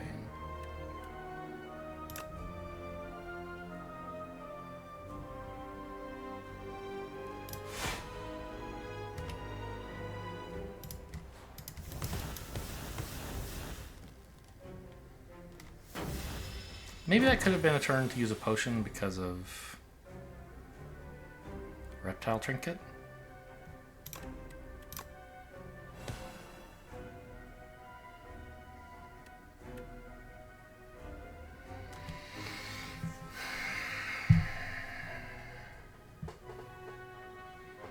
Poor guy's asleep. I kind of need some block. Right, I'm being attacked for 30. Not a lot of block is available.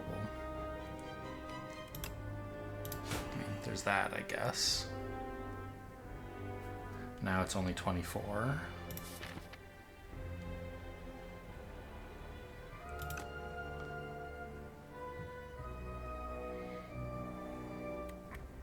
Well,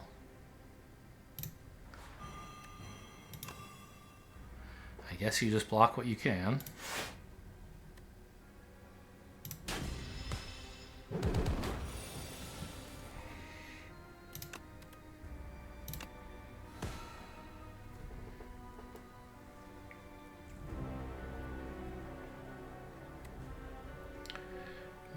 I'm being attacked for 14. Defend finesse is a lot better than finesse defend, and I think I do want to play a defend. I've got a ton of energy. It's not a lot better, it's a little better, but it's better by exactly enough, right? Because this is exactly what I'm being attacked for. So I think it makes sense. Gonna pen nib a shiv? I guess so.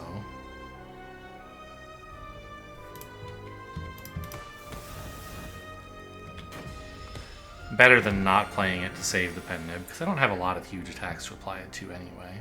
My goodness. I guess I'm playing all of these, right? Because I have prepared. The order doesn't much matter. Oh, it actually could have mattered if I wanted to take a potion here to let myself... Because it's not a very good finisher turn, I guess. But I could have tried to arrange to play an attack only after I popped a potion, basically. Oh, I was about to pass, but I am being attacked. And I'm not wasting a Pyle's Legion trigger either.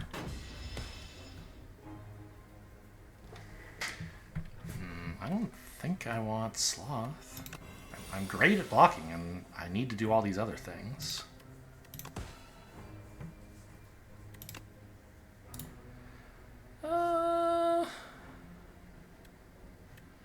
Could take an attack potion here, but I still think you want that to be on a finisher turn, right? If possible. This turn just looks like defend, bouncing flask, neutralize. You can take an energy potion, I guess. Play 2 strikes and have all this do more damage. Sure. But I mean, I have a lot of potion slots. Why waste them here? Do I really need to? I guess I am being attacked for 32. This fight is not quite over. I might not have another opportunity to... Well, next turn I should be able to use an energy potion if it's appropriate, right? That'll be a fine turn for it. So let's not do it now. Energy to play 2 strike pluses and get in a little bit of extra damage, like 6, doesn't seem that exciting.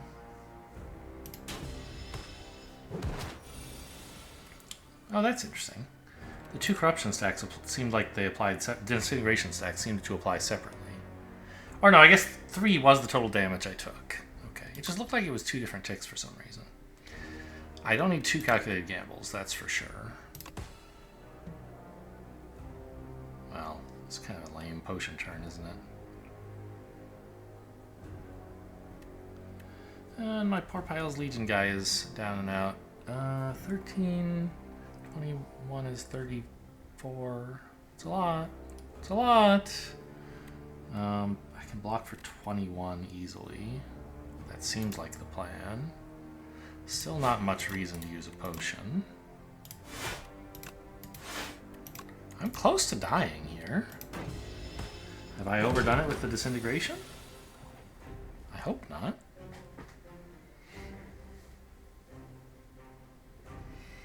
The enemy dies next turn, or possibly this turn.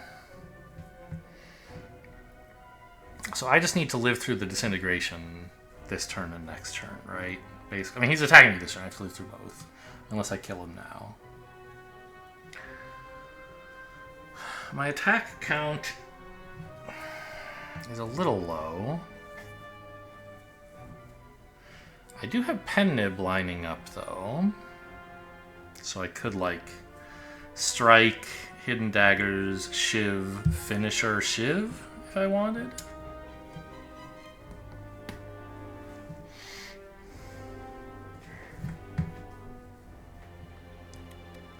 So then it would do... Am I weak or something? No. Oh, right. I don't have extra strength because it's not an elite. It's a boss.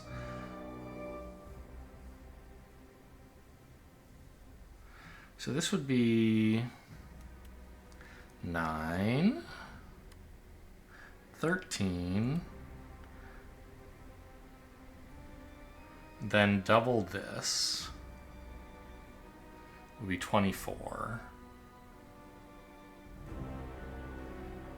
37, plus another 4 is 41. Okay, that's exact lethal. And then I can just block the disintegration to live, right? So I don't think I need Snake Bite. It's just a worse bubble.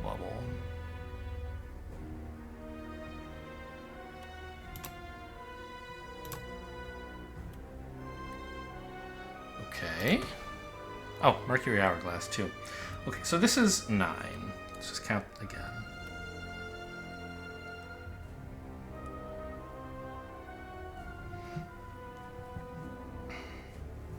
Actually, Bubble is more damage. No, but it's not an attack. It's less damage.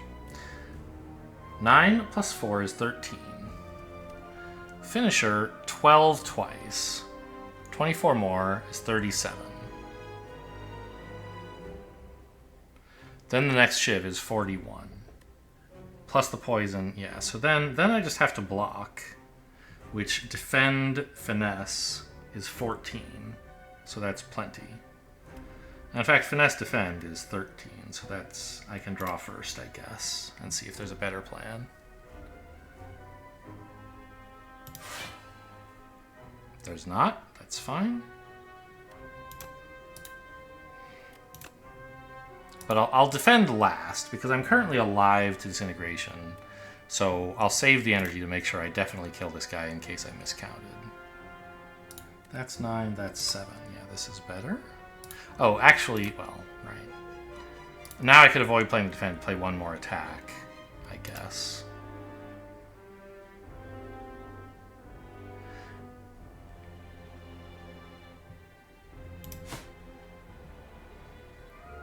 Oh.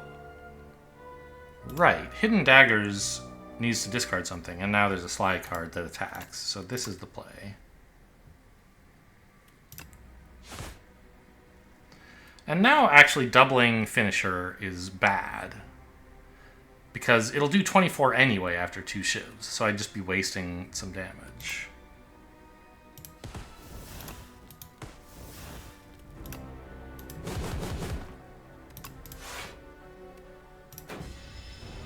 Yeah, didn't need to spend any potions after all. But I mean, considering what a pushover the entire act full of 4 elite fights was. 0, 0, 5, 0, 0, 5. Prism did 5 to me both times, how rude. 4. And then this guy, like 60 or something? 50 something? Much, much harder than the rest of the act. When you play card, gain a block, I do love Afterimage. I don't love Storm of Steel very much. Does it cost 0? No, Shiv Plus, of course.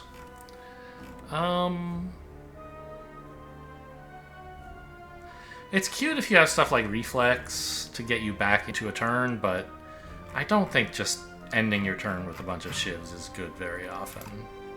Afterimage is just a nice card. Oh, it won't let me see how much damage I took in that fight, because you can't look at the map once you've left the act. Rude. Hello, no Peepee. I prepared gifts for you, Assassin. Don't be shy. This is the one I've never taken, apparently, that we saw in the compendium.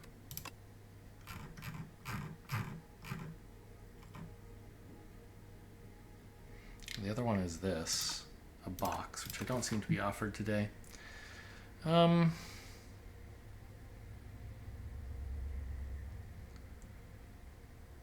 Energy every turn, but shuffle 3 dazed into your draw pile at the start of combat. How bad is that? It's kind of bad.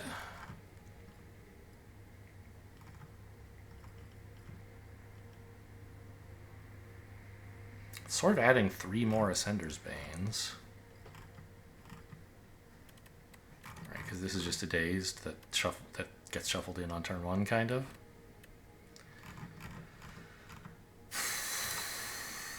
So a lot of extra bricks, and if you play like Calculated Gamble, those dazed don't exhaust. So dazed, I think, are especially bad if you're doing much discarding. So I'm not that excited by Blessed Antler. Max HP plus 31. And Fur Coat, both quite reasonable.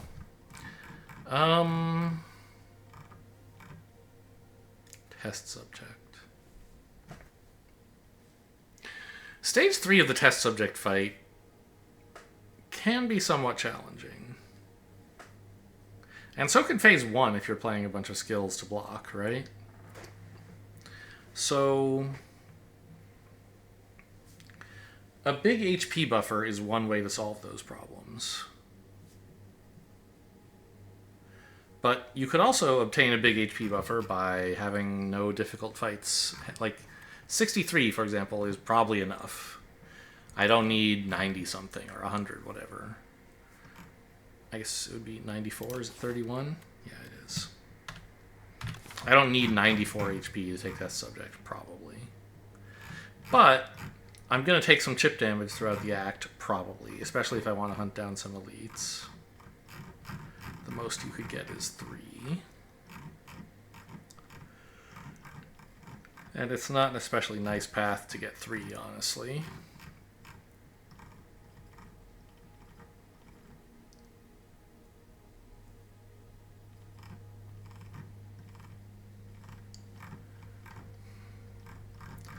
You don't get a lot of flexibility with pathing in this act, I don't think.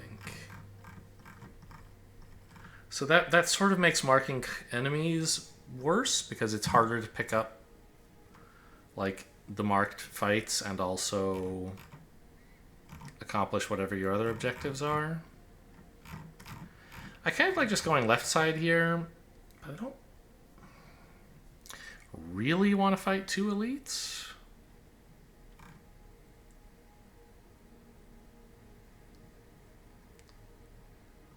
Do I? I mean, I think the Mecha Knight should be pretty easy with Pael's Legion, because he doesn't really attack multiple turns in a row.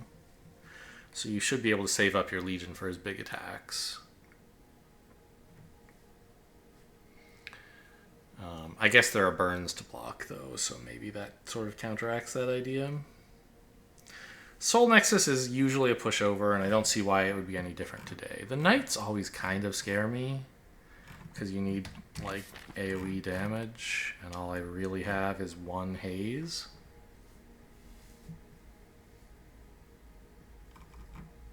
But I think the deck is good enough. Yeah, I think I'll just take the max HP. 31 is a lot. And I'm going to go left. It's 2 campfires, 2 elites, and a late shop. I mean, what more could you ask for? You could ask for more flexibility is what.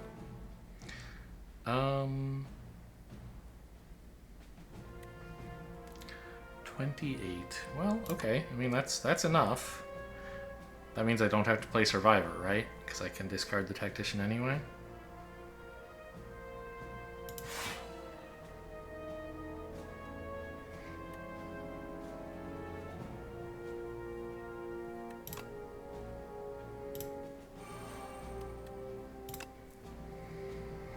Pen Nib is on 2. Alright. 15 and 9 is 24. I could play a couple shivs. for 4 each. Be up to 32, so I could exactly kill this guy. But that leaves me calculated gambling for like 2 cards, which is not great. Oh, calculated gamble has retain because it got upgraded. Okay. So maybe I just play this hand. I don't gamble. Oh, but what am I discarding to daggers? I guess I can discard Survivor Tactician. Yeah, that works. Okay. So I'm not really making much use of the energy.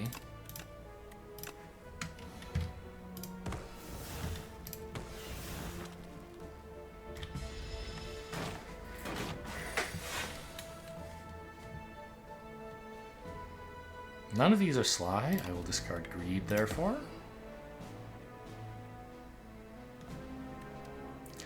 Blade Dance is 12. This is 6 more is 18.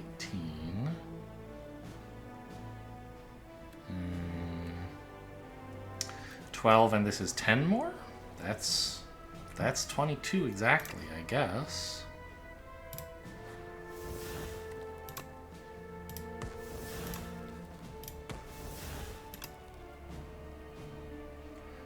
Pen Nib! God, I'm bad at this game. Okay.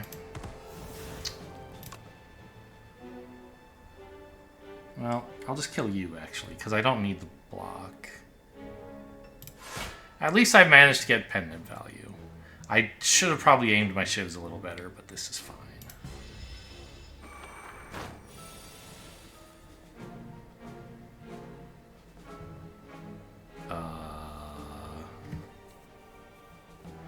Don't think I need After Image today.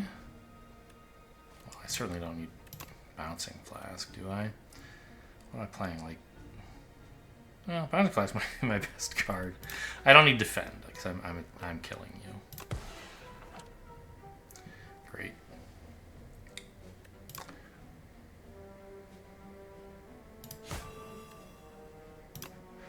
Oh, I should have played Finisher first for 0 damage, because then I could play another attack next turn. Whoops.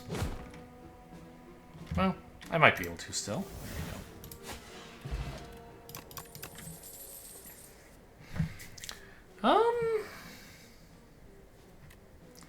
Cloak and Dagger and Ricochet both seem playable. 2 shivs is kind of cool with Pen Nib and Kusarigama. And of course the block is fine. Did this really not upgrade block in Slay the Spire 1 either? Maybe that's true. I guess an entire extra shiv is a pretty big upgrade.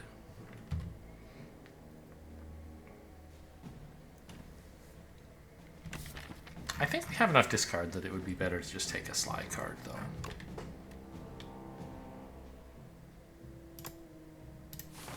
Maybe you should take nothing, but I think taking that is better than taking Cloak and Dagger. Oh. Well, a Swift power is usually very good. That's what I lean towards most of the time. A Sharp Ricochet is also kind of cute. It adds 8 extra damage to an attack that I'm generally playing for free. But I think overall, the most important thing I can have is cards. Making this into, like, Pot of Greed that also has a lasting effect is really nice. I don't play Yu-Gi-Oh! Pot of Greed is so iconic, you know? I don't think I've ever taken this. Oh. No. I thought, oh, this must be one of the relics that I didn't have in the compendium. But no, this doesn't give you a relic. It adds decay and takes exhaust away from a card. Actually, wait a minute. This might be the deck where I finally take that, because calculated gambles that don't exhaust are crazy, right?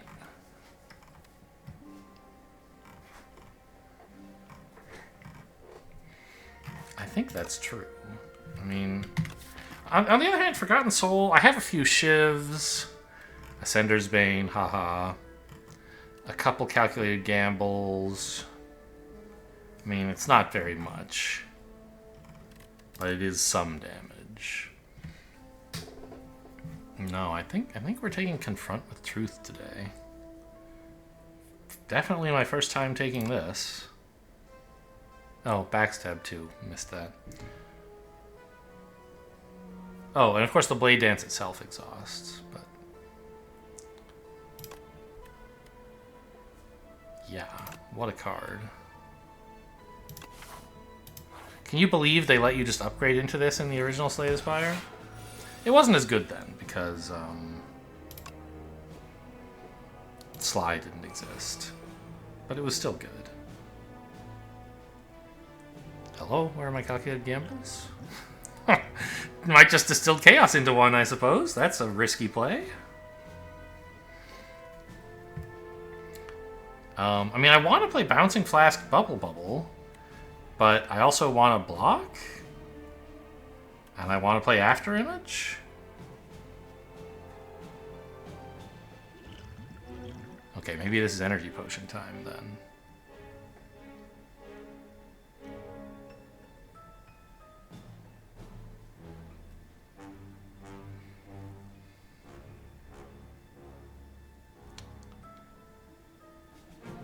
I guess so. I wish I could discard Tactician, but I can't.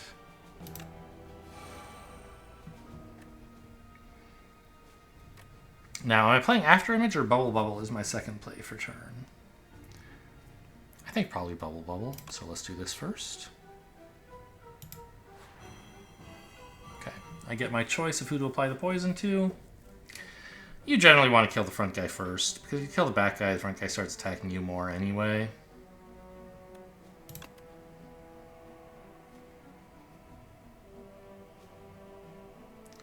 On the other hand, poison getting through his shield, it just makes you feel smart, doesn't it?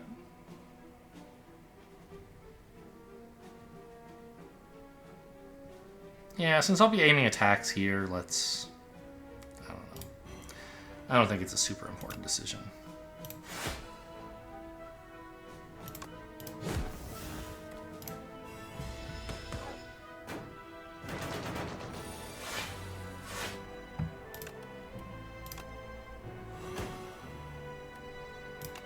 Don't really want any of this.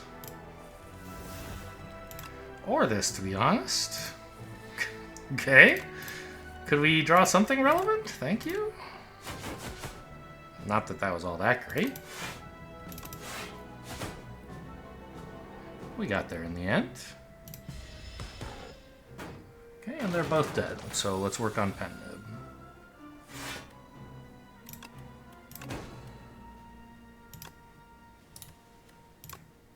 Get finished. I did it.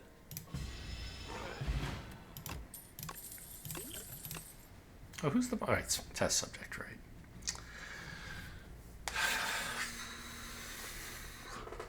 Piercing Wail Plus is a serious card.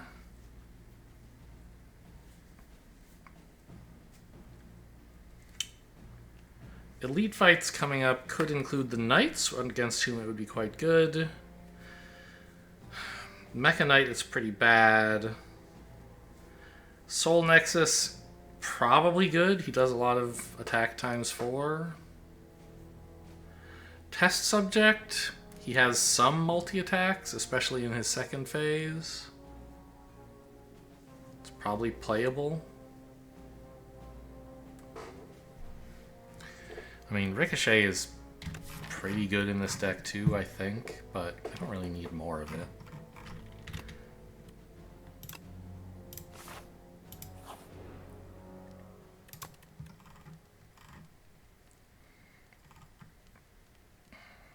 Do I want After Image to be innate, do you think?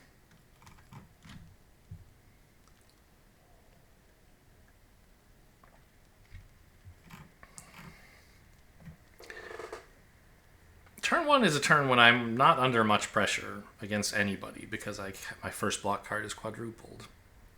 So I could play like Defend and After Image and like one other thing and make sure it's in play for the next turn.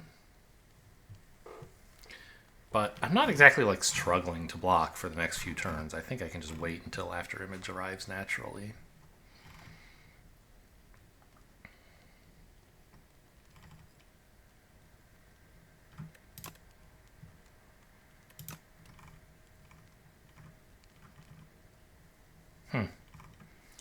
None of this seems that important. It's just upgrades to 8.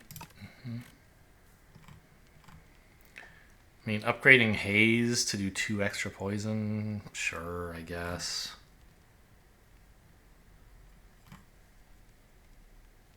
Huh. Yeah, none of this looks that important, to be honest.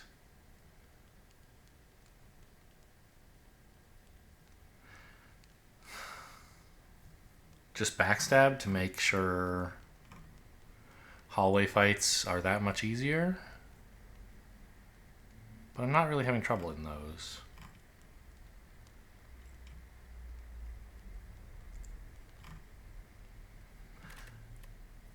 Yeah, I mean, I usually get to play Haze when I draw it. 2 extra poison to all enemies? Sure.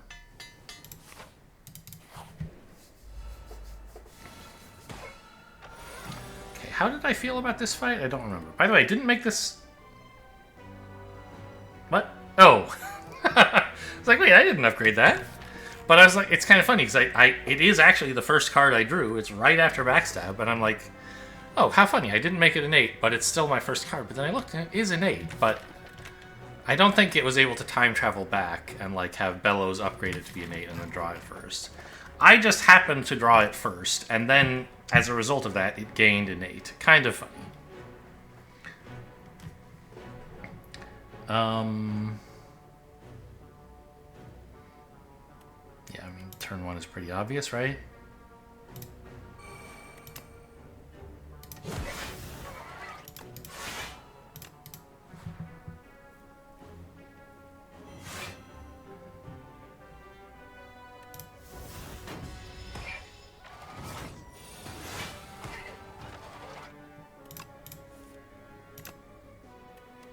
Don't need to defend. Bouncing Flask applying 3 stacks really did matter quite a lot here.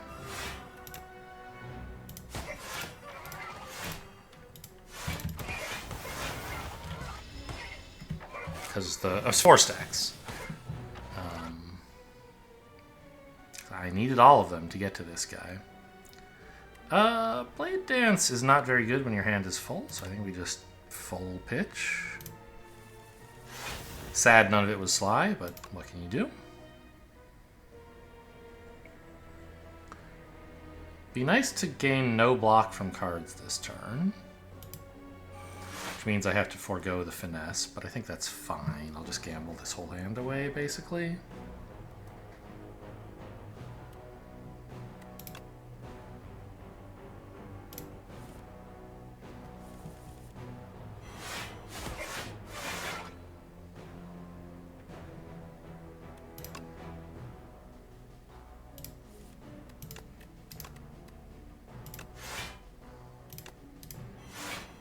Now, foregoing a dash is a bit worse, but I think we have to do it because he's going to have a big attack next turn, and I'd like to have twice as much block for it.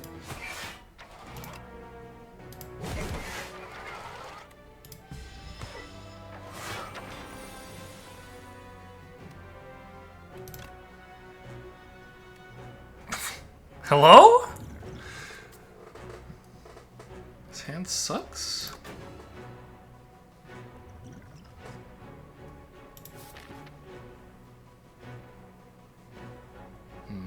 I guess I should have known I would not draw a lot of blocks. Well, I think I can take a Distilled Chaos here. I don't want to take 40. And I can block a little with Finesse, but it just barely cancels out the burns.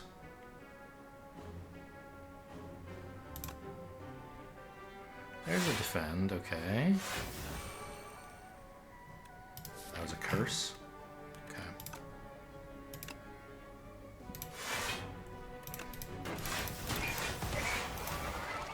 Screwed up pen nib, by the way, in case anyone's keeping track. Alright, not a bad turn. Taking a little damage. I mean, a serious amount of damage, really, but that's what all the max HP was for. One of the things it was for, anyway.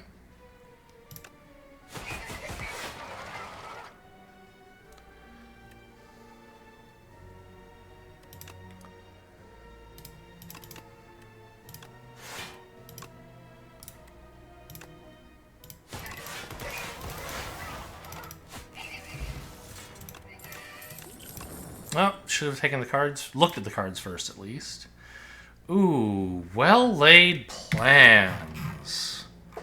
That is exactly the card I would love to have right now. Make sure I can set up a big block for my Pyle's Legion or something. War Paint. Sure.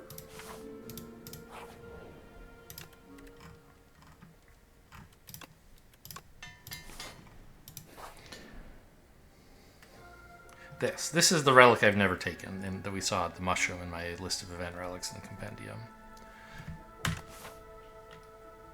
Lose 15 right on my way into an elite fight is a little scary, but notice I'm at 81, so like that's clearly the choice, as it always is. You take this first one only when you're in dire straits, I think.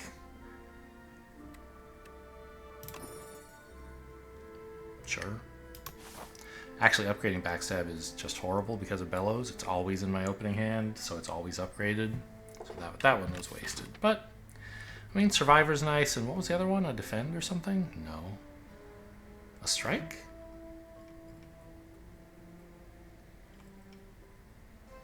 I think Blade Dance got upgraded by the Whetstone. I'm not sure. Maybe it was Tactician? No, I upgraded that myself a while ago. I don't know. It's a mystery. Oh, well-laid plans.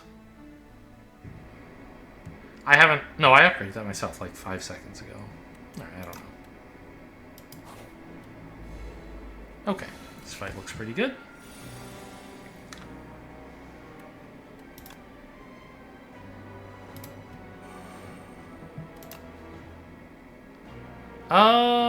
I don't have to play this, because Hayes is playing for free, but I don't know that I'll get any block from Calculated Gamble, right?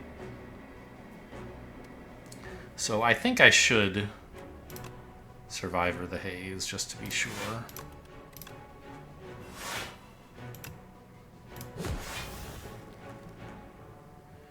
And, I mean, I think I'd rather retain the gamble.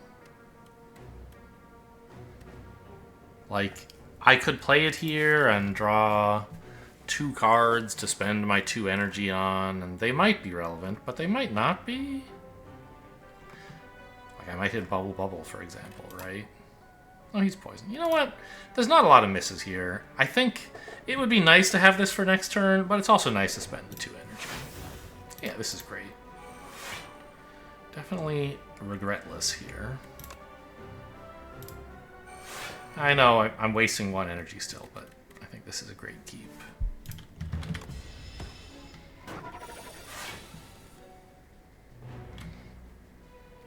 One card to discard. Well, this one saves the most energy.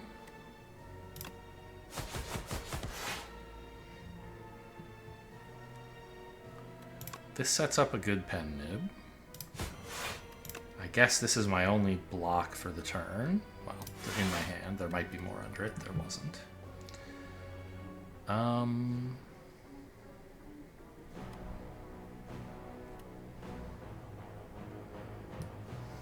Yeah. I mean, I could play 2 attacks and then Finisher, but then Finisher still just does 40, right? Either way. So... yeah, but I guess I get extra damage from Flick Flack. Like, the pen nib advances a bit, but I think, like, this way I get an extra, what, 26 damage? Whereas here I would get 12 poison over the course of several turns. Would be more damage, I guess. I'm not sure which is better.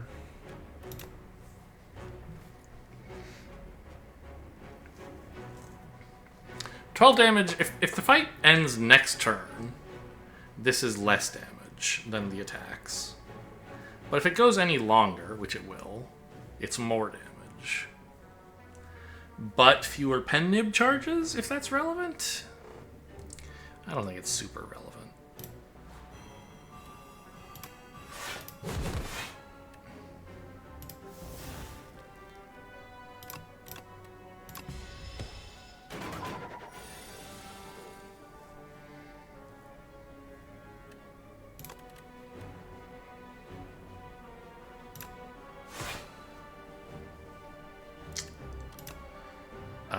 I mean, I think this is just Blade Dance and then gamble everything but the shivs.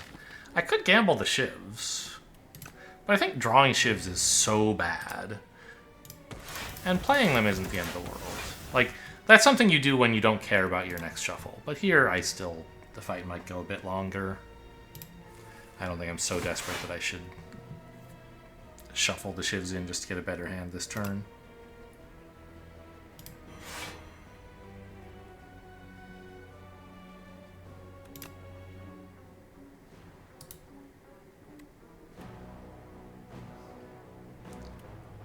Huh. Well, I mean, we're blocking, clearly. I guess I don't play Hidden Daggers because it discards Snakebite? Well, but the enemy's dead next turn. And I want to make sure I get my pen nib going, right? So now I can just pass.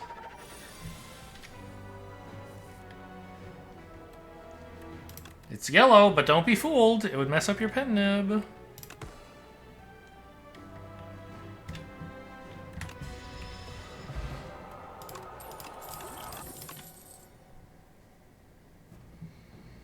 Nope.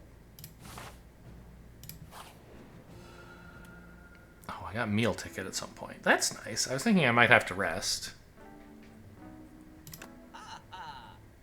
Oh yeah, there's Ninja Scroll. So, is Ninja Scroll, No, there was an event relic I haven't taken.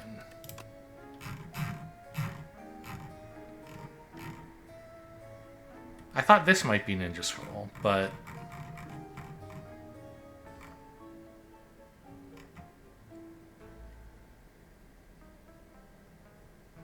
Yeah, this is Ninja Scroll. Okay.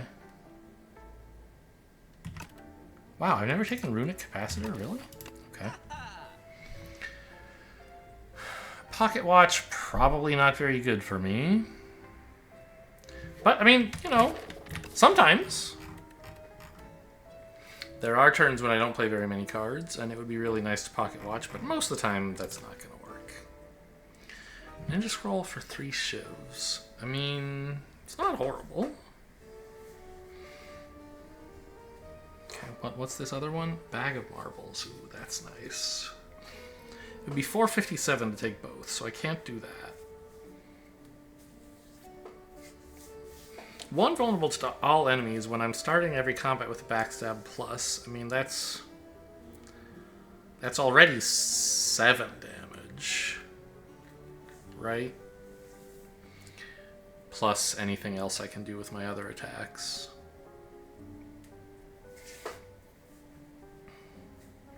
What's your card here?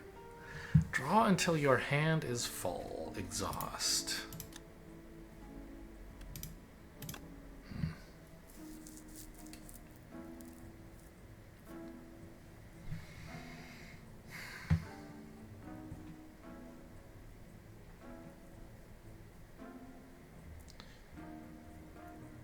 I mean, 3 shivs. My hand is already 7 cards on turn 1. 3 shivs is 12 damage, plus a Kusarigama trigger is 18, right? Vulnerable is at least 7, and maybe not anymore.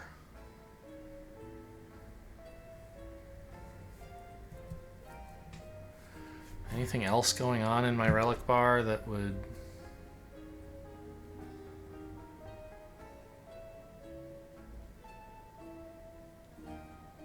make me care about the difference here. Reptile Trinket, I guess, is maybe a reason to take the shivs as well. Pen-nib obviously likes the shivs. No more elites to fight, so this is not relevant. Yeah, I mean, I think it's the shivs, weirdly. I'm not generally a Ninja Scroll fan. You know, if you had Shuriken, that would be another matter, but I don't. There's not some reason that those extra cards are a detriment to me, right? My hand never gets too full? No? Okay. Yeah, I don't think we're getting 18 damage out of this.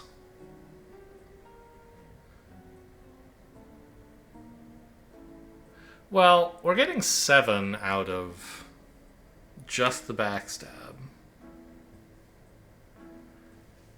Can I get 11 from other attacks? To do that, you would have to be attacking for 22 with attack cards. Do I often do that on turn 1? I don't think so. Maybe there's some finisher turns that could happen. Or, you know what? Like, Sly attacks, Flick, Flack, and Ricochet, I might get there sometimes. But even these, like, that's 15. That's 7. Like, just these 2 attacks, plus my backstab, are enough to make the vulnerable as good as the shivs. I need to play, like, both of these and also finisher to make the shivs better. Worse, I mean, to make, yeah. I mean, Blade Dance, or Blade Dance plus Finisher or something, but I don't usually do that on turn 1, I don't think. So, I think it's the shivs. A card remove, that's 336. Leaves me short of a finesse.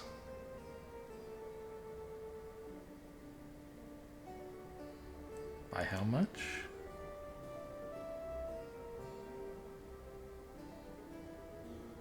I don't know, I can't do the math.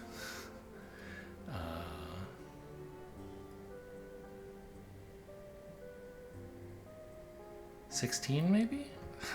So I don't think downgrading to Bag of Marbles gets me the finesse either. But I could pick up like Powdered Demise or Blessing of the Forge if I downgrade from Shiv to Bag of Marbles, I think. Trade off this Snecko Oil, which is probably pretty bad. I mean, I don't know. It is, right? I have more zeros than 2s. Yeah. Snecko Oil is a huge amount of draw, but a lot of my cards suck if they have their costs randomized. So I would like to be able to discard the Snecko Oil and take another potion. So let's say I wanted the Powdered Demise, which is fair enough. No, actually it's quite bad against Test Subject. I guess it would be Blessing of the Forge. So that's 78, 178. Leaving me with 224?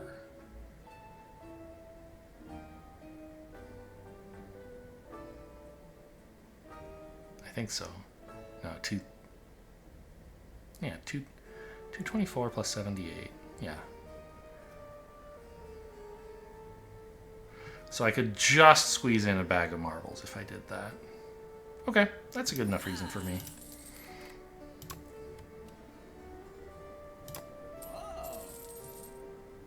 See?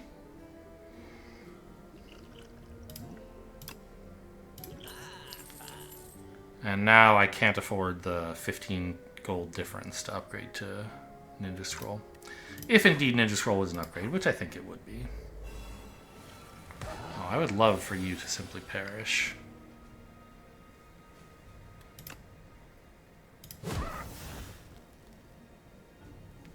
Oh, I guess Pen-nib is actually another argument in favor of Bag of Marbles. Because I'm often ending fights with Pen-nib on 9.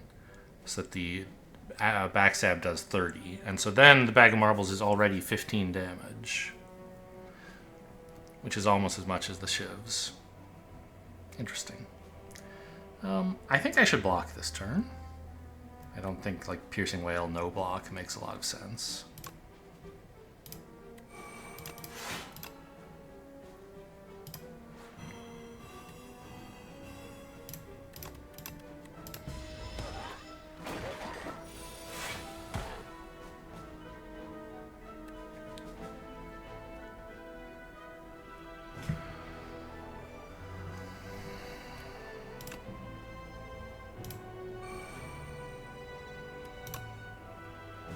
Well, let's see what this is. Piercing Whale is already enough to block. So this is an example right now, by the way, of why Finesse is not strictly great to put in your deck. It's a good card, you're usually happy to have it, but you can trick yourself into thinking Finesse is just strictly better than nothing, because you can always just play it and get whatever was under it, but also you have 4 more block, right? But sometimes you have to make a decision before you know what the Finesse would give you, right? If Finesse is drawing me a Defend, I'd like to play the Finesse and then discard the Defend, but I can't do that.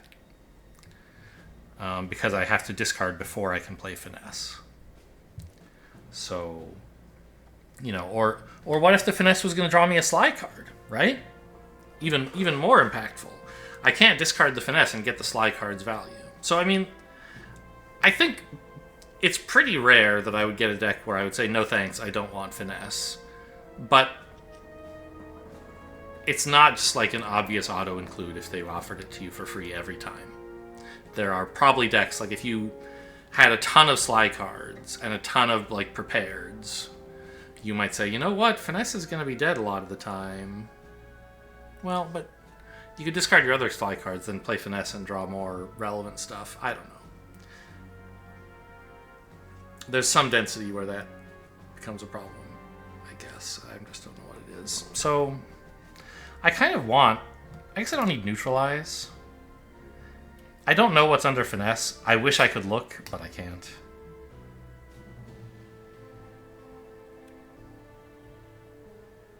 Oh, I actually can't play all of this, can I? I'm already down to 2 energy. So I guess the strike goes, actually? Okay. Yeah, see, it was a Sly card. Finesse was a big downgrade to my deck this turn, actually, it turns out.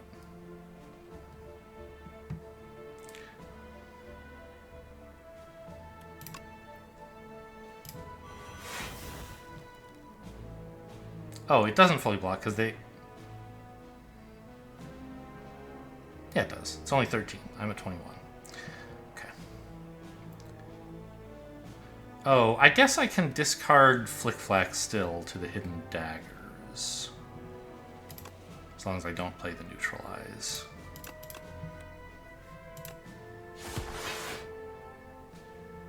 I don't know if you're supposed to kill this guy. I think you, like, generally should.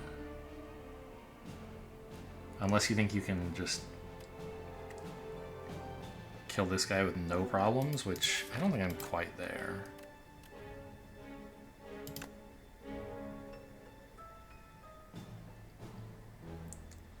But next, I mean, if I send my damage to this guy, there's the chance I could finish him off, and if I can't, next turn I should be able to kill this guy if that seems appropriate. Yeah, I think we just actually can kill this guy. I only have to come up with 23 damage this turn.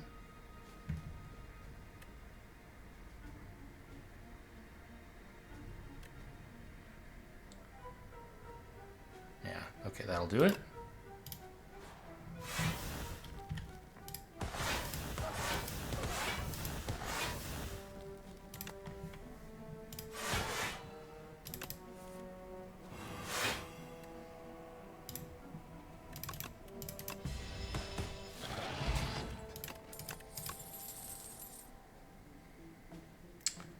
Untouchable Plus. I think that's just what we were looking for. Speedster is cute, but I think it solves a problem I don't really have.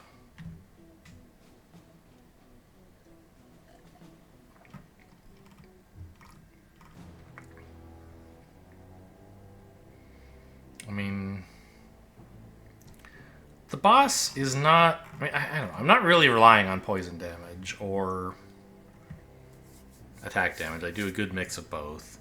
I just like... I don't know. The fact that the test subject is 3 separate HP pools always makes me wary of relying on poison against him.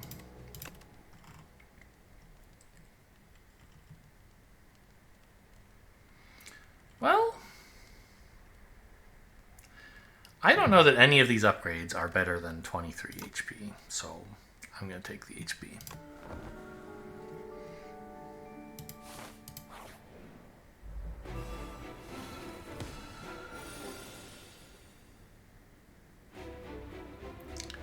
Pen Nib is on 9. This is 30. They're both 30, so it doesn't matter which one I Pen Nib. So it should be this one, because this one costs a bunch of energy.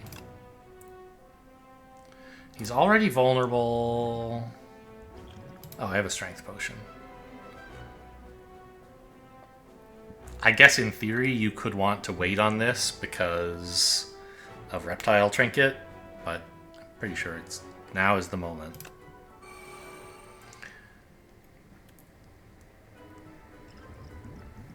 And, I mean, you could take the attack potion here, but I don't think I'm going to have trouble just killing this guy this turn. 100 damage, don't make me laugh.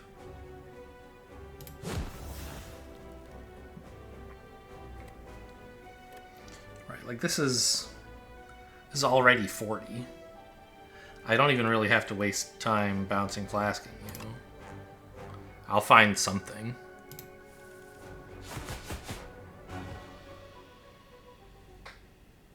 Wait. Oh, he was vulnerable. Right. So that wasn't 8 times 5, it was 12 times 5, it was 60. Yes. Okay, great. Well, let's keep looking for powers. There's one.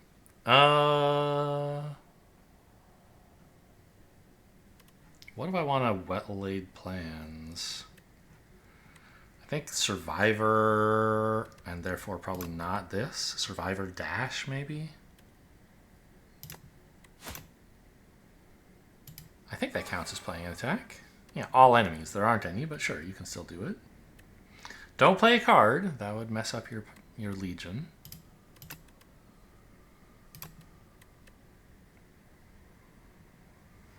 Well, am I playing Dash? Maybe. Probably not, though.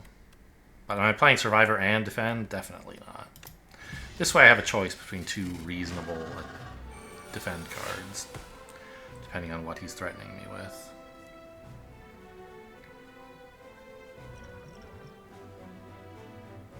Don't think I need Blessing of the Forge or any of this other stuff. He's attacking for 21. Maybe I should have triggered Pyle's Legion so I wouldn't waste it on this turn.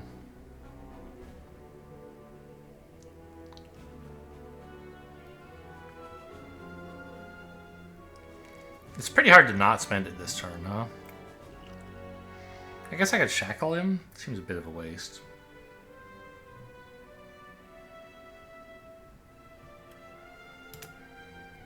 Yeah.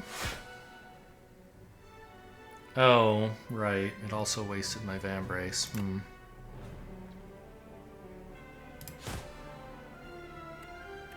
Yeah, I'm not sure I managed that very well. But I get to carry this combo over to next turn, which is pretty powerful.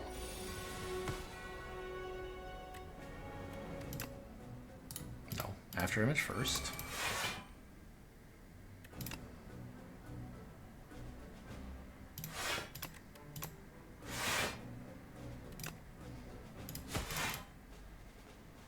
Whoops. I thought I could play both of these. I think it was... Was that a strike plus? It wasn't. Okay, I missed a little damage. Sorry.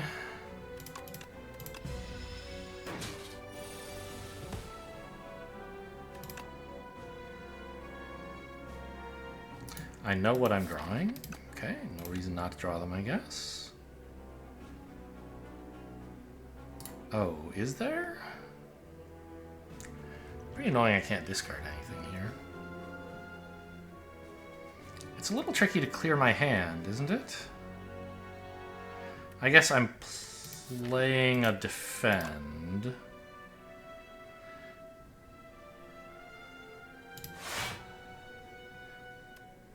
Then a blade dance. This is the only time my hand is empty enough for that.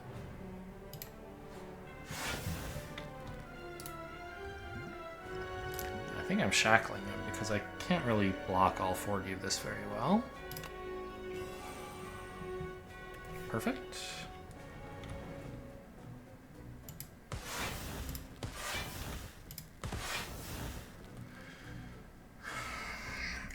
I'm pretty sure it's best to finish her here, right? Double a ton of damage rather than a little.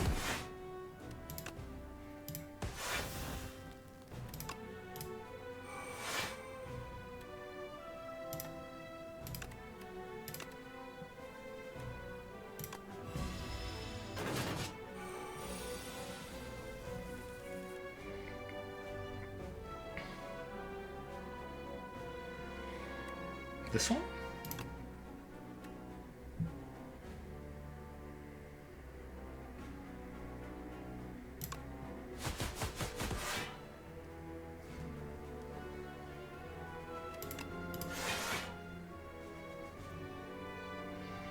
We definitely should kill him this turn. It would be a curious choice to not do so.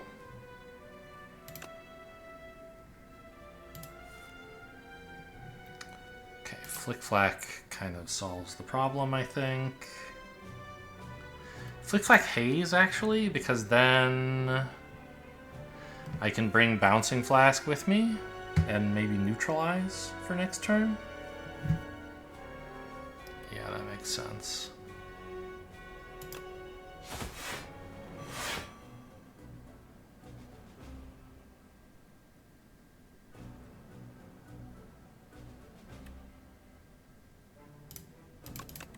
You could argue for Tactician, but I'm pretty sure Bouncing Flask is more important.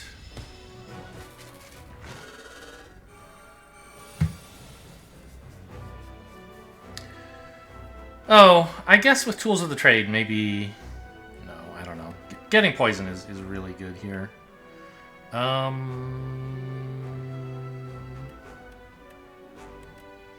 Piercing Wail is good right now. But if I weaken him, it's what? 24? Piercing Wail drops him down to 6. Which I could just tank, honestly, and then...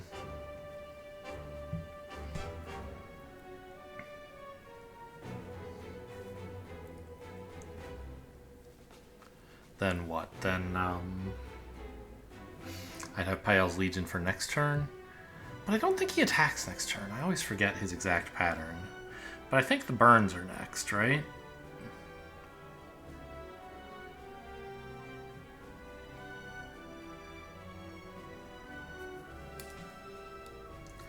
I think I have some trouble full blocking here. Like, I just can't. So I think I want to Piercing Wail and not defend. I think that's my plan.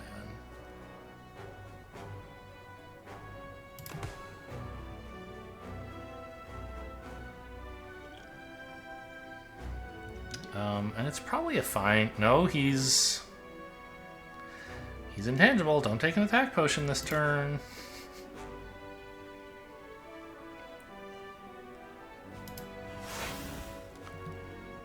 Oh, after image. That's how I'm going to block the 6 without playing a card, an attack card, or a block card. Got it, okay.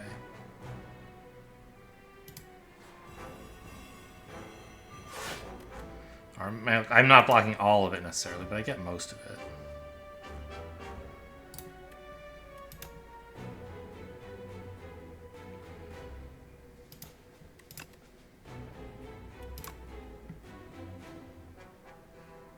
I don't think I should have played Hidden Daggers.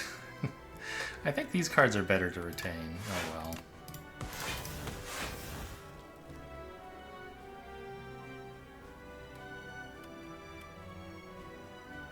I guess this...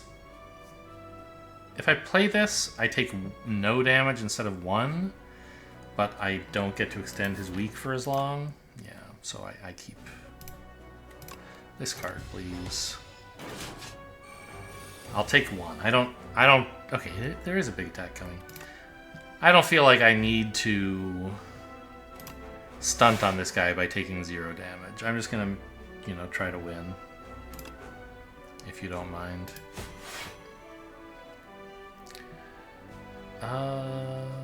Snakebite fine here? Yeah.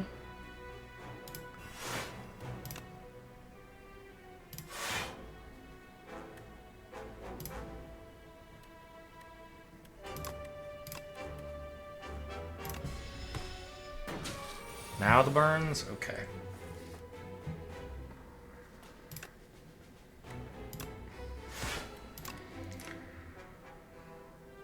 So, it's just poison, and then see what's in the box. Nothing? Great.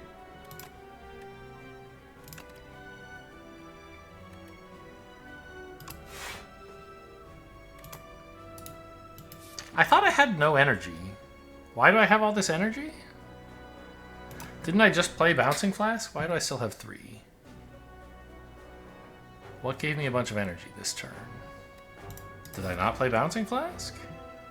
Tactician! Right, I discarded that with Tools of the Trade. Okay. So I should not have discarded Finisher there. It would be a great card to play. I mean, I guess it doesn't matter. He's intangible. I just want to play 3 attacks. But I could have kept...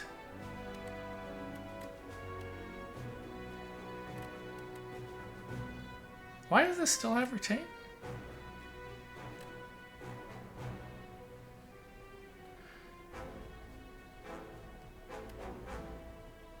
Oh, because it got upgraded by Bellows, I see.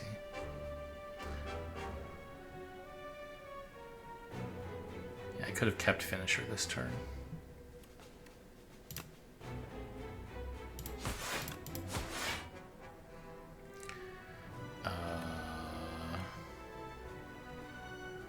I guess it's fine to play Neutralize here, and then just retain the other 2 blocks.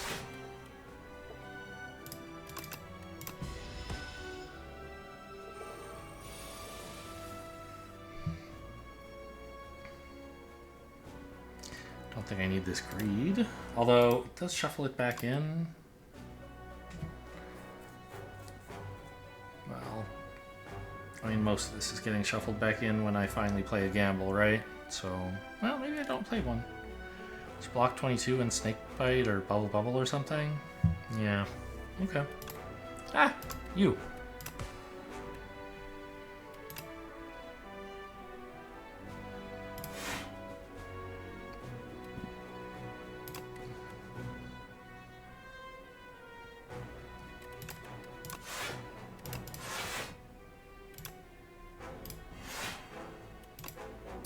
Oh, I'm already blocked. Did I really get that much after image? I should have played a strike, I guess.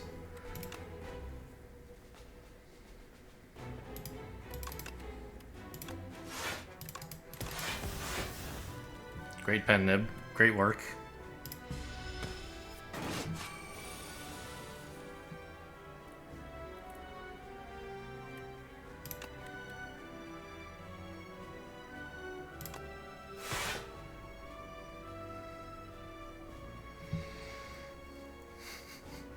Yeah? I wonder, are you allowed to drink a potion in the middle of that effect? Could I have gotten... No, Untouchable was already upgraded. That was one reason I chose it, is that now if I forge, I don't miss out on playing something upgraded. Because now, like, I mean, 35 is a lot.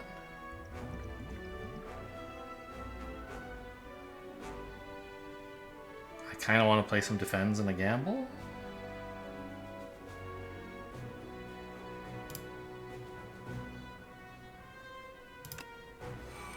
And they might as well be upgraded Defends, right?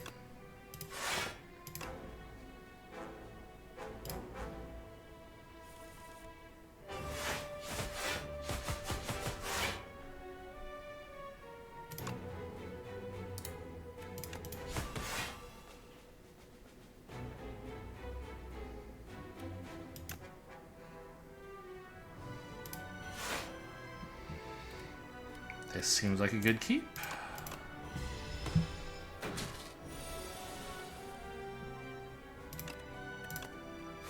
I mean, it's not exactly a hard fight, but there's careful sequencing to be applied. There's plenty for me to think about. Now we snake bite, and I think it's finally time to blow the gamble that does exhaust, because this hand is useless.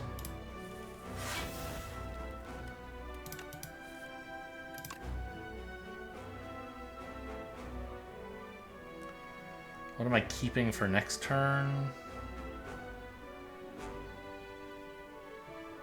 I want to play Bouncing Flask and Strike. So I think it's Hidden Daggers is being kept, and also Survivor, so I don't need the other Strike. Well, I don't need the Dash. I'm not playing Dash this turn, and I don't think I'm keeping it. He'll be intangible next turn anyway.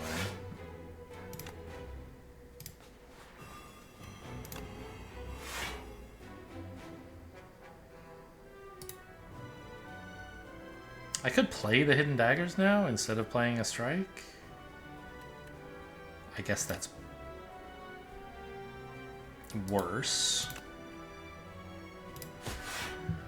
Because this is a nice discard outlet, I guess? I don't know.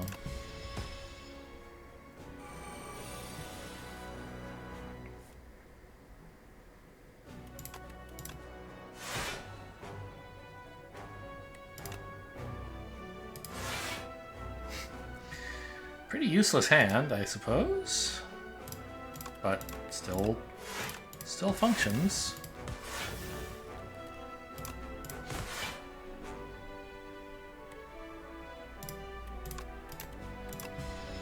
You just can't quite get to me. Do I need the energy? No, so maybe I'm saving this till next turn. Hello, 49? I'm sorry I ever made fun of you? Well, let's see what's in here. I have Finisher this turn.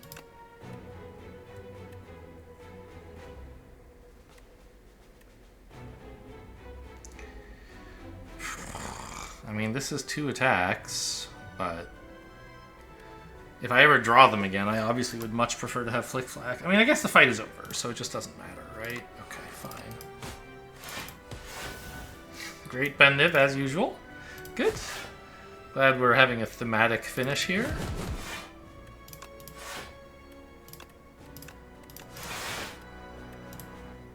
Okay, so that turn I took 1 damage. I could have, like, there was something different I could have done, I forgot. But overall, a pretty comfortable boss fight, and just a strong run. I mean, the Knowledge Demon was like the only fight that was dangerous at all, and it nearly killed me. I had 2 potions I could have used. I was kind of greeting them out, I suppose. Yeah, 49 damage. Who could have guessed? I thought this deck was good into Knowledge Demon, but apparently it was not. Oh, Mechanite for 16, yeah. Okay, well. Seemed like a strong deck pretty much from start to finish. Not a huge focus on any one particular thing, just a toolbox deck. The kind of thing I like to build where you have various different kinds of cards to address the different kinds of threats that the Spire throws at you.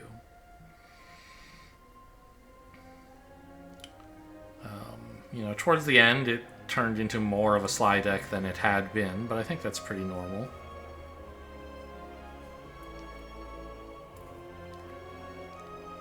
Yeah, I think you can't... I don't know. You should not, generally speaking, characterize Slay the Spire decks as, oh, this is a Sly deck, or this is a Shiv deck, or whatever. You want multiple different tools. and all of those different archetypes provide you solutions to different kinds of fights. Sly is kind of an exception to that in that it just has so much in it that it solves everything. So I think I have built decks that I would say, yes, this is a Sly deck. But still, like, what does the Sly deck do? It plays a bunch of cards, I guess. The details of what cards it plays usually don't matter. This deck was more Sly than anything, but it was not really like just a Sly deck or a Strike deck or a Shiv deck. It did all of those things. Did I say Strike? I meant Poison. It did all of the, silent things, each of them a little bit.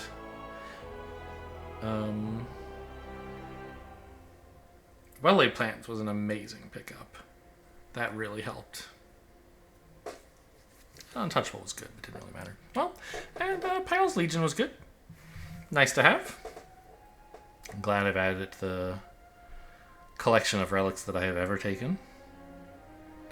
Didn't end up needing the fruit. Could have taken, like, the scarf or whatever it is, that the fur coat, whatever it is that makes enemies have 1 HP, but none of the enemies really hurt me anyway.